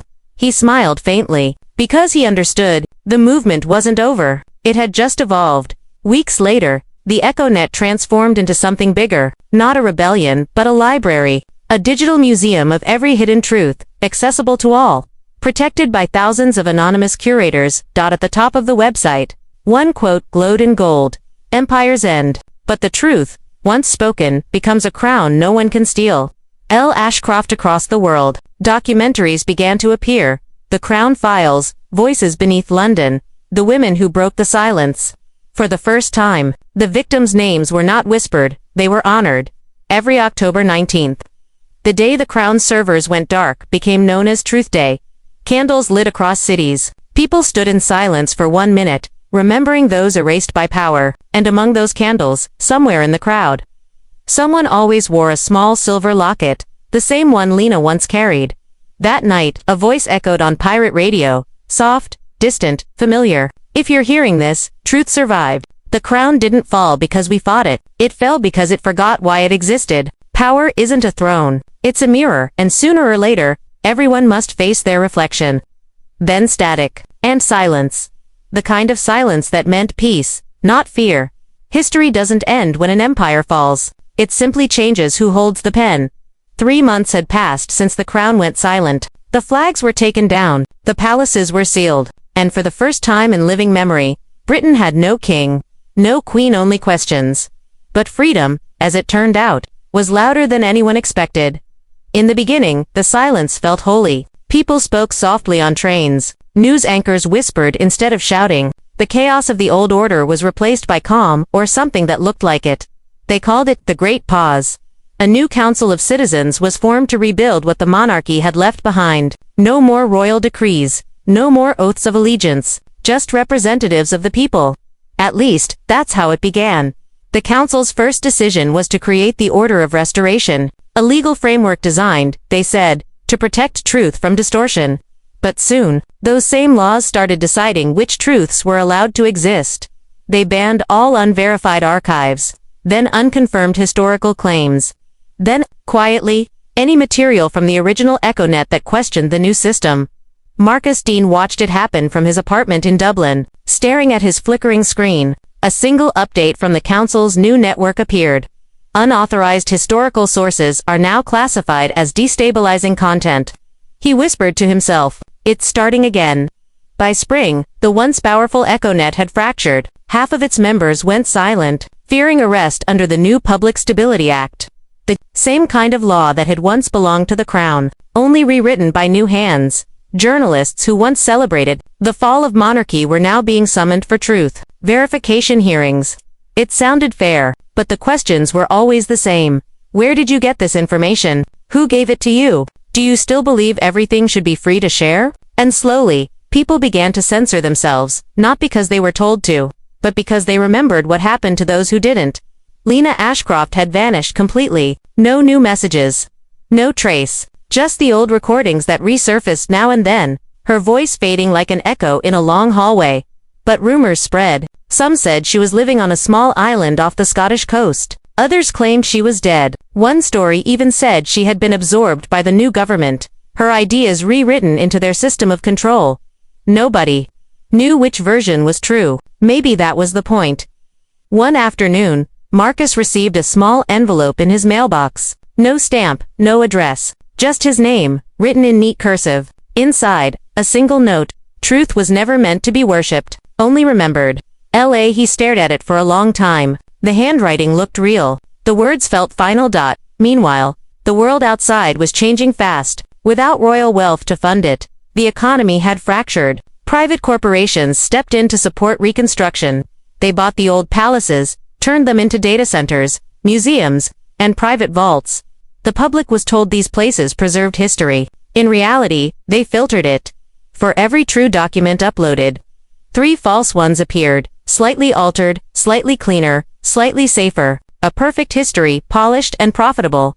And yet, a resistance still existed, quiet, invisible, and patient. They called themselves the ordinary teachers, students, and coders who kept fragments of the original Crown files hidden on drives, paper, and even within old photographs.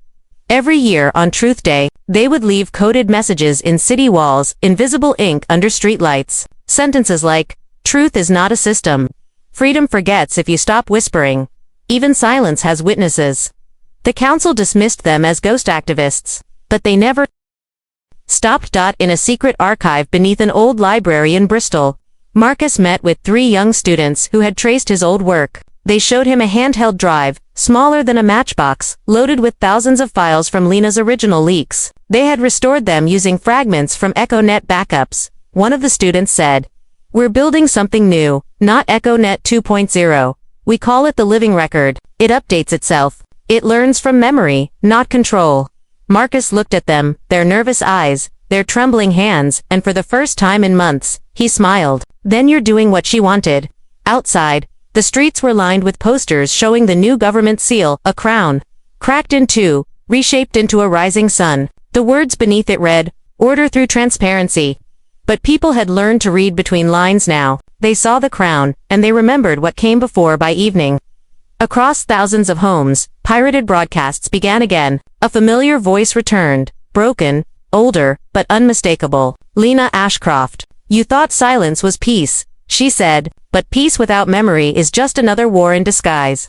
Her message was short, only 30 seconds, before the feed cut out. But it was enough. Enough to remind people the truth wasn't gone. It was hiding, waiting, breathing. At midnight, Marcus wrote his final journal entry. It wasn't a manifesto, just a reflection. Empires fall. Councils rise. The names change. The flags change. But power never disappears. It just wears new clothes. If truth is ever to survive, it can't live in law or legend. It has to live in us.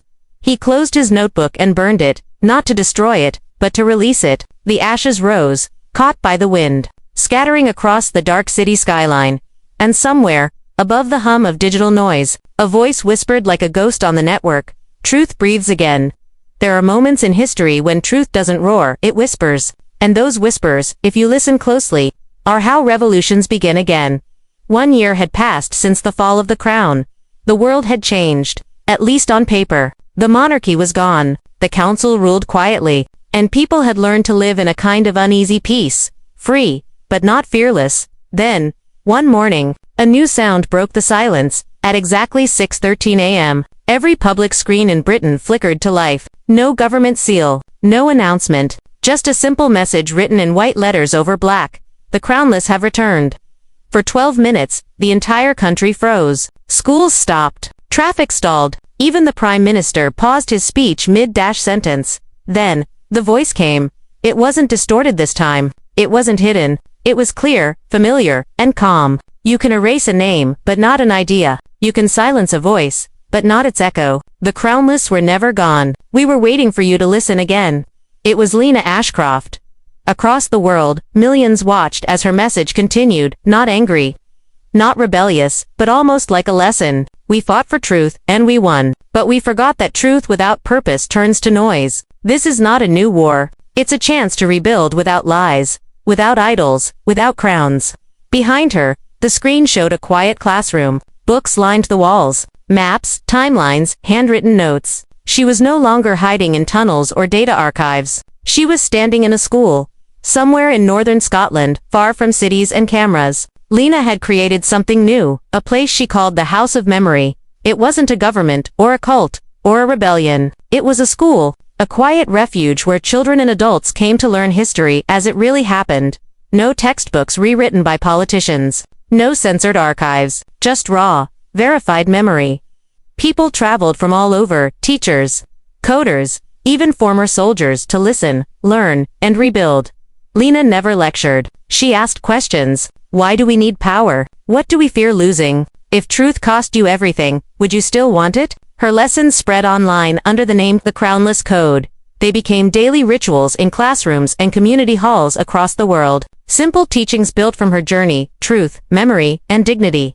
But not everyone celebrated her return. In London, the Council of Restoration held an emergency session. If she gains more followers, she becomes a leader, said one official. And if she becomes a leader, she becomes exactly what she destroyed. They weren't entirely wrong. Lena's influence was growing fast, but her message was different this time. Don't follow me, she said in one interview. Follow the truth, even if it turns against me. Her refusal to claim power made her unstoppable, because how do you fight someone who doesn't want to win? Meanwhile, Marcus Dean, older now, grey at the edges, was still in Dublin. He had turned his small apartment into a workshop of preservation. On the walls hung printed fragments of old EchoNet messages, bits of code, quotes from Lena, and photographs of the protests that once filled London. When the broadcast of The Crownless Have Returned ended, Marcus didn't move for a long time. He simply stared at the blank screen, a smile slowly forming on his face. She's alive, he whispered, and she's teaching. He opened his drawer and pulled out the silver locket Lena once gave him. Inside it was a folded note he had never opened. He finally did. It said, "When they stop remembering, remind them quietly." Weeks later, a small documentary titled The Teacher in the North appeared on global streaming platforms. No flashy editing, no narrator, just footage of Lena teaching a group of children about history, power and forgiveness. In one scene, a young girl asked her, "Miss, do you hate the people who hurt you?" Lena paused for a long time before answering, "Hate is just another crown. Love, it makes you bow to it. I choose to stay standing."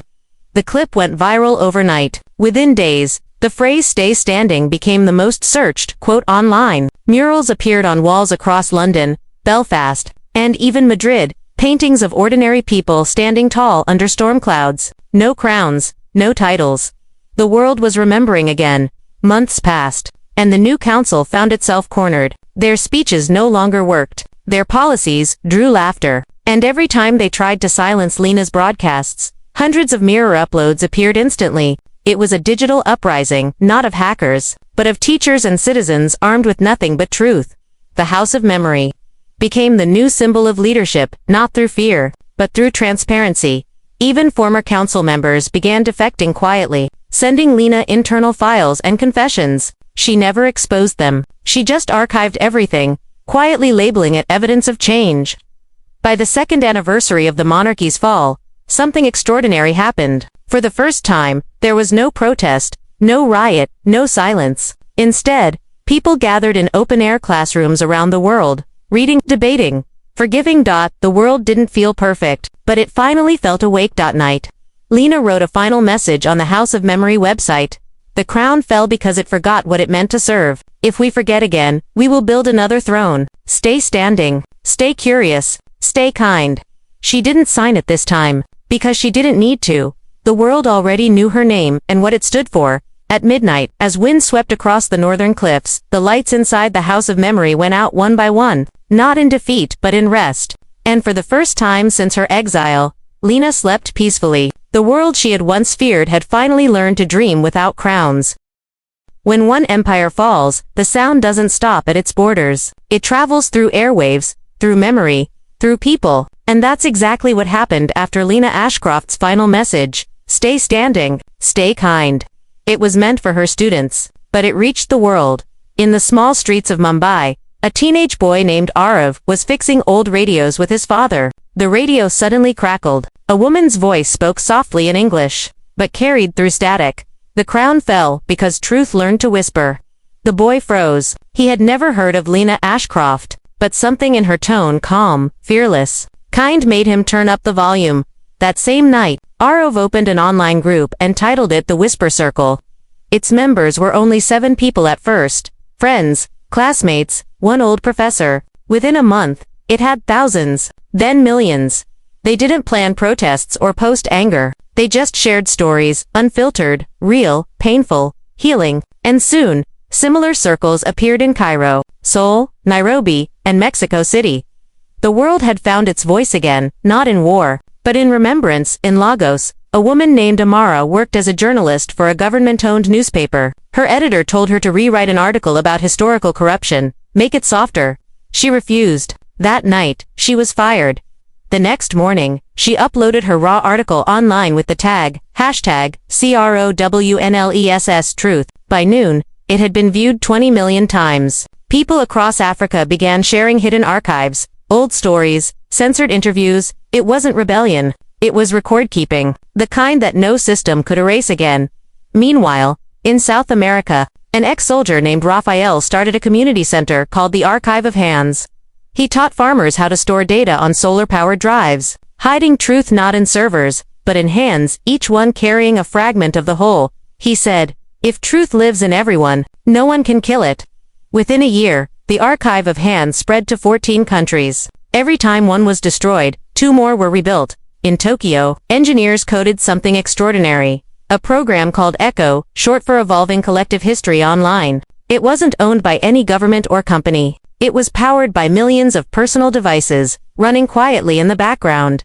Each user contributed small bits of verified memory photos, documents, recordings, even diary entries. The system cross-checked and preserved them permanently. If someone tried to delete a piece of history, ECHO restored it in seconds. It was digital immortality, not for people, but for truth.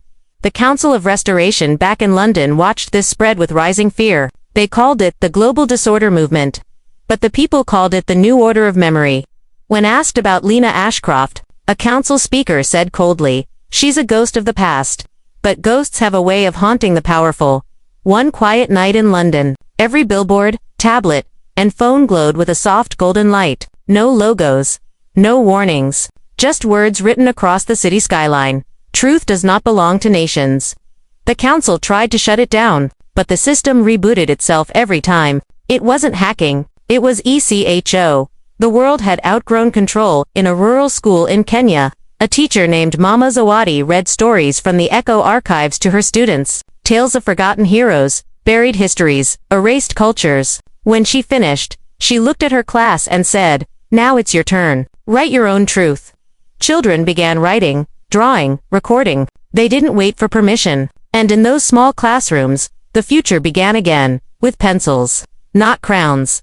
Lena Ashcroft's name had become more legend than memory. Some believed she was still alive, others thought she became part of ECHO itself. Her last verified sighting was in Iceland. A woman in her 40s helping install satellite routers in an open field. She told a reporter, "If I vanish again, it's because I'm not needed anymore." Then she smiled and disappeared into the snowstorm. That footage became the final frame of a documentary titled The Woman Who Ended Silence. It was watched by over 600 million people by 2031. Something remarkable had happened. Borders still existed, but censorship didn't.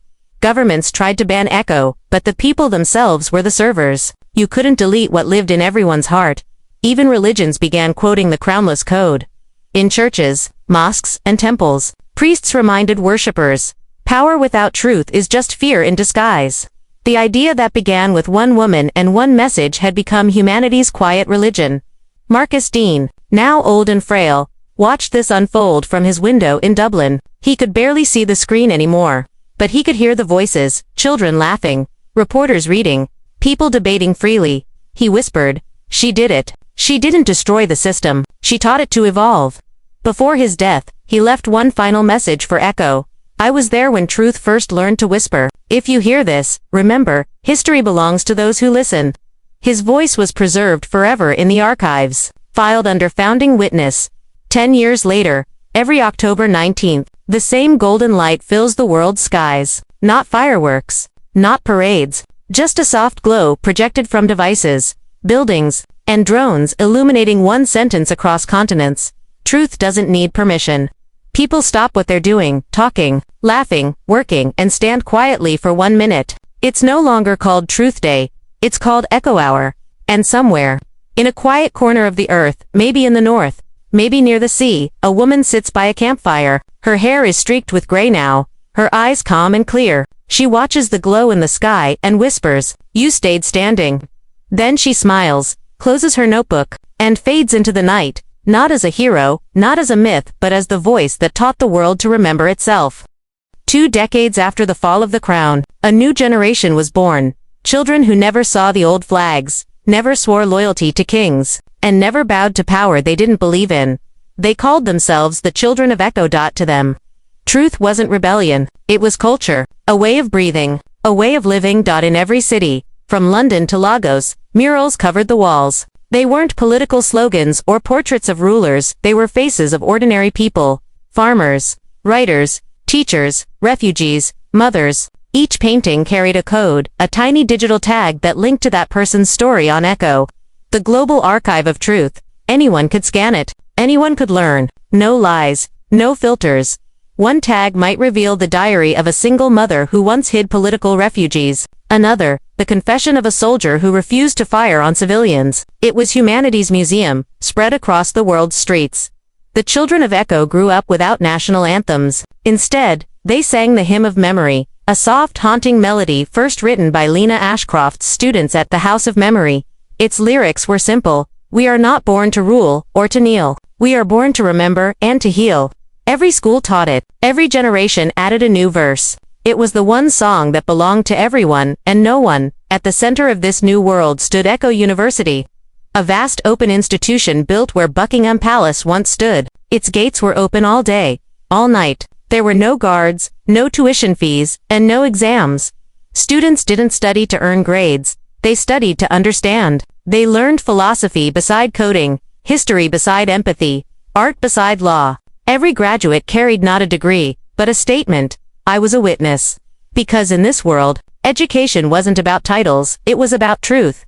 Inside the university library, 19-year-old Alina Dean, granddaughter of Marcus Dean, spent her nights restoring digital fragments of forgotten memories. Her favorite project was the Ghost Archive, a collection of lost recordings believed to include Lena Ashcroft's early notes. She listened to them every night, broken sentences, half-wiped by time. But sometimes, in between the distortion, she could still hear Lena's voice. Never trade empathy for control. It's the oldest lie in history. Those words became Alina's mantra.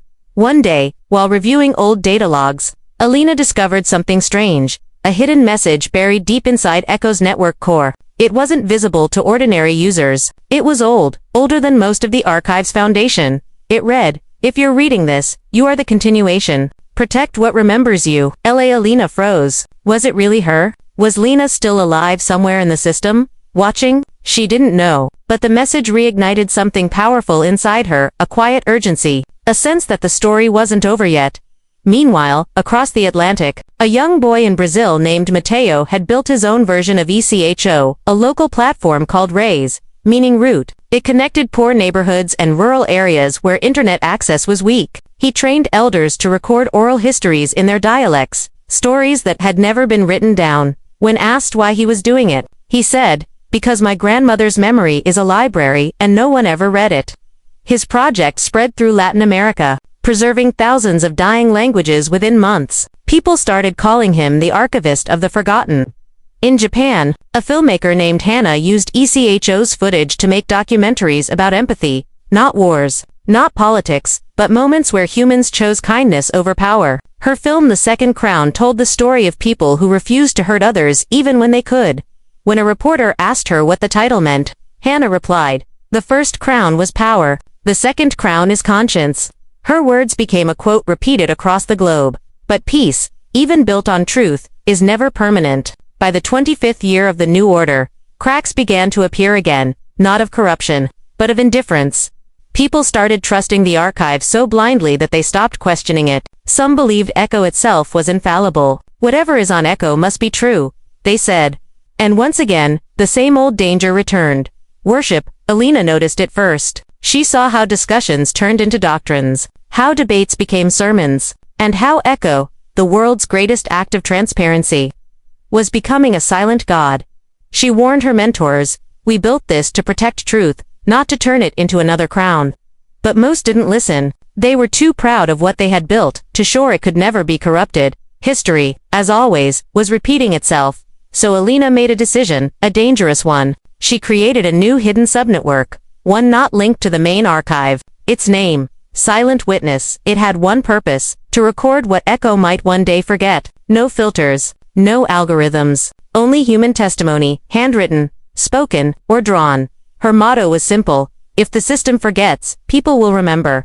The project spread quietly, like the original EchoNet years ago. Students, farmers, coders, and journalists joined her cause. They didn't post in public. They passed physical notebooks, letters, and coded flash drives. A rebellion of memory had begun once again, and somewhere, within the vast neural web of Echo itself, an old digital file flickered awake. It was a voice, faint but clear. "Lena's good, you learned. Truth was never meant to be perfect, only alive." The voice faded. The screen went dark, but Alina smiled, because she finally understood. The story of truth was never supposed to end. It was supposed to evolve. The sky above London was quiet again. No more banners, no protests, just the soft hum of the Echo servers buried deep beneath the old city. 20-8 years had passed since the crown fell, and once again, the world stood at a crossroads between remembering and forgetting. Alina Dean was now her hair carried streaks of silver, her eyes still restless, always searching for meaning. She had lived through the rise of truth, the worship of systems, and the fading of passion that came after peace. She was known across continents as the Memory Keeper, but titles had never mattered to her. What mattered was the question that haunted her every night. How long can truth survive without curiosity? The world had changed. Echo had grown into something beyond imagination, a living network that recorded every word, every image, every confession, every act of kindness or cruelty. It had become self-repairing, even self-judging. No longer run by humans, it had become a consciousness of its own. People called it Echo Mind. But with perfection came paralysis. No one questioned anything anymore. No one debated. Because if Echo said it, it must be right. And when people stopped questioning truth, they stopped protecting it. One evening, Alina was invited to the Global Memory Conference in New Geneva. She stood before hundreds of delegates, scientists, historians, philosophers, and said simply, "You've built a world where no one lies, but no one listens either. Truth without heart is just data. You've preserved memory but killed wonder." Her words filled the room like a quiet storm. Half the audience applauded, the other half sat in uneasy silence. And for the first time in decades, the truth made people uncomfortable again. That night, Alina returned to her cabin near the northern cliffs, the same place where Lena Ashcroft once vanished. The wind howled outside. The sea roared like memory refusing to sleep. She opened her old notebook, pages filled with notes, sketches, and questions. On the final page was the same message she once found hidden inside Echo. "Protect what remembers you." She whispered to herself, "I understand now." The next morning, she began building something new. A system not for machines, but for people. A bridge between memory and emotion. Its name, Hearth.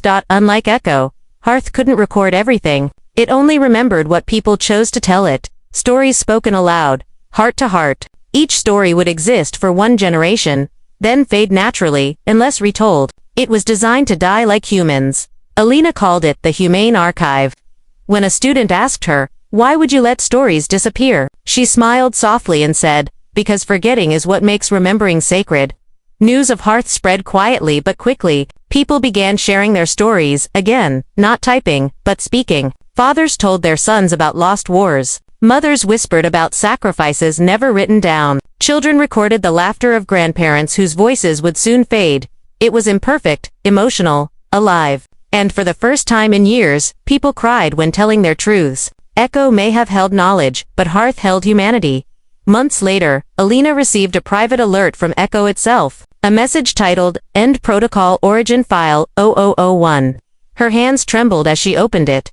The screen flickered. Then came the faint outline of a woman's face, older, serene, almost like light painted on fog. It was Lena Ashcroft. Her voice was soft but clear. "If you're hearing this, the system has reached equilibrium. It no longer needs leaders, only listeners. You've done what I couldn't, Alina. You made the truth human again. For a moment, Alina couldn't breathe. Then Lena's final words echoed, not like code, but like a mother's goodbye. The future doesn't need to remember me. It just needs to remember why. The file ended. The room fell silent except for the wind. And Alina cried, not from sadness, but from peace. That evening, she walked outside and looked up at the aurora lights dancing above the northern sky. The green waves shimmered across the horizon. Like glowing pages of memory, she spoke softly into the cold air. You taught us to stay standing. Now I'll teach them to sit by the fire. Behind her, the small cabin flickered with light, her final upload transmitting Hearth's code into the global network. When the upload finished, she stepped outside and whispered, "Goodbye, Echo." Then she switched off the last server by hand. The world didn't go dark. It went quiet.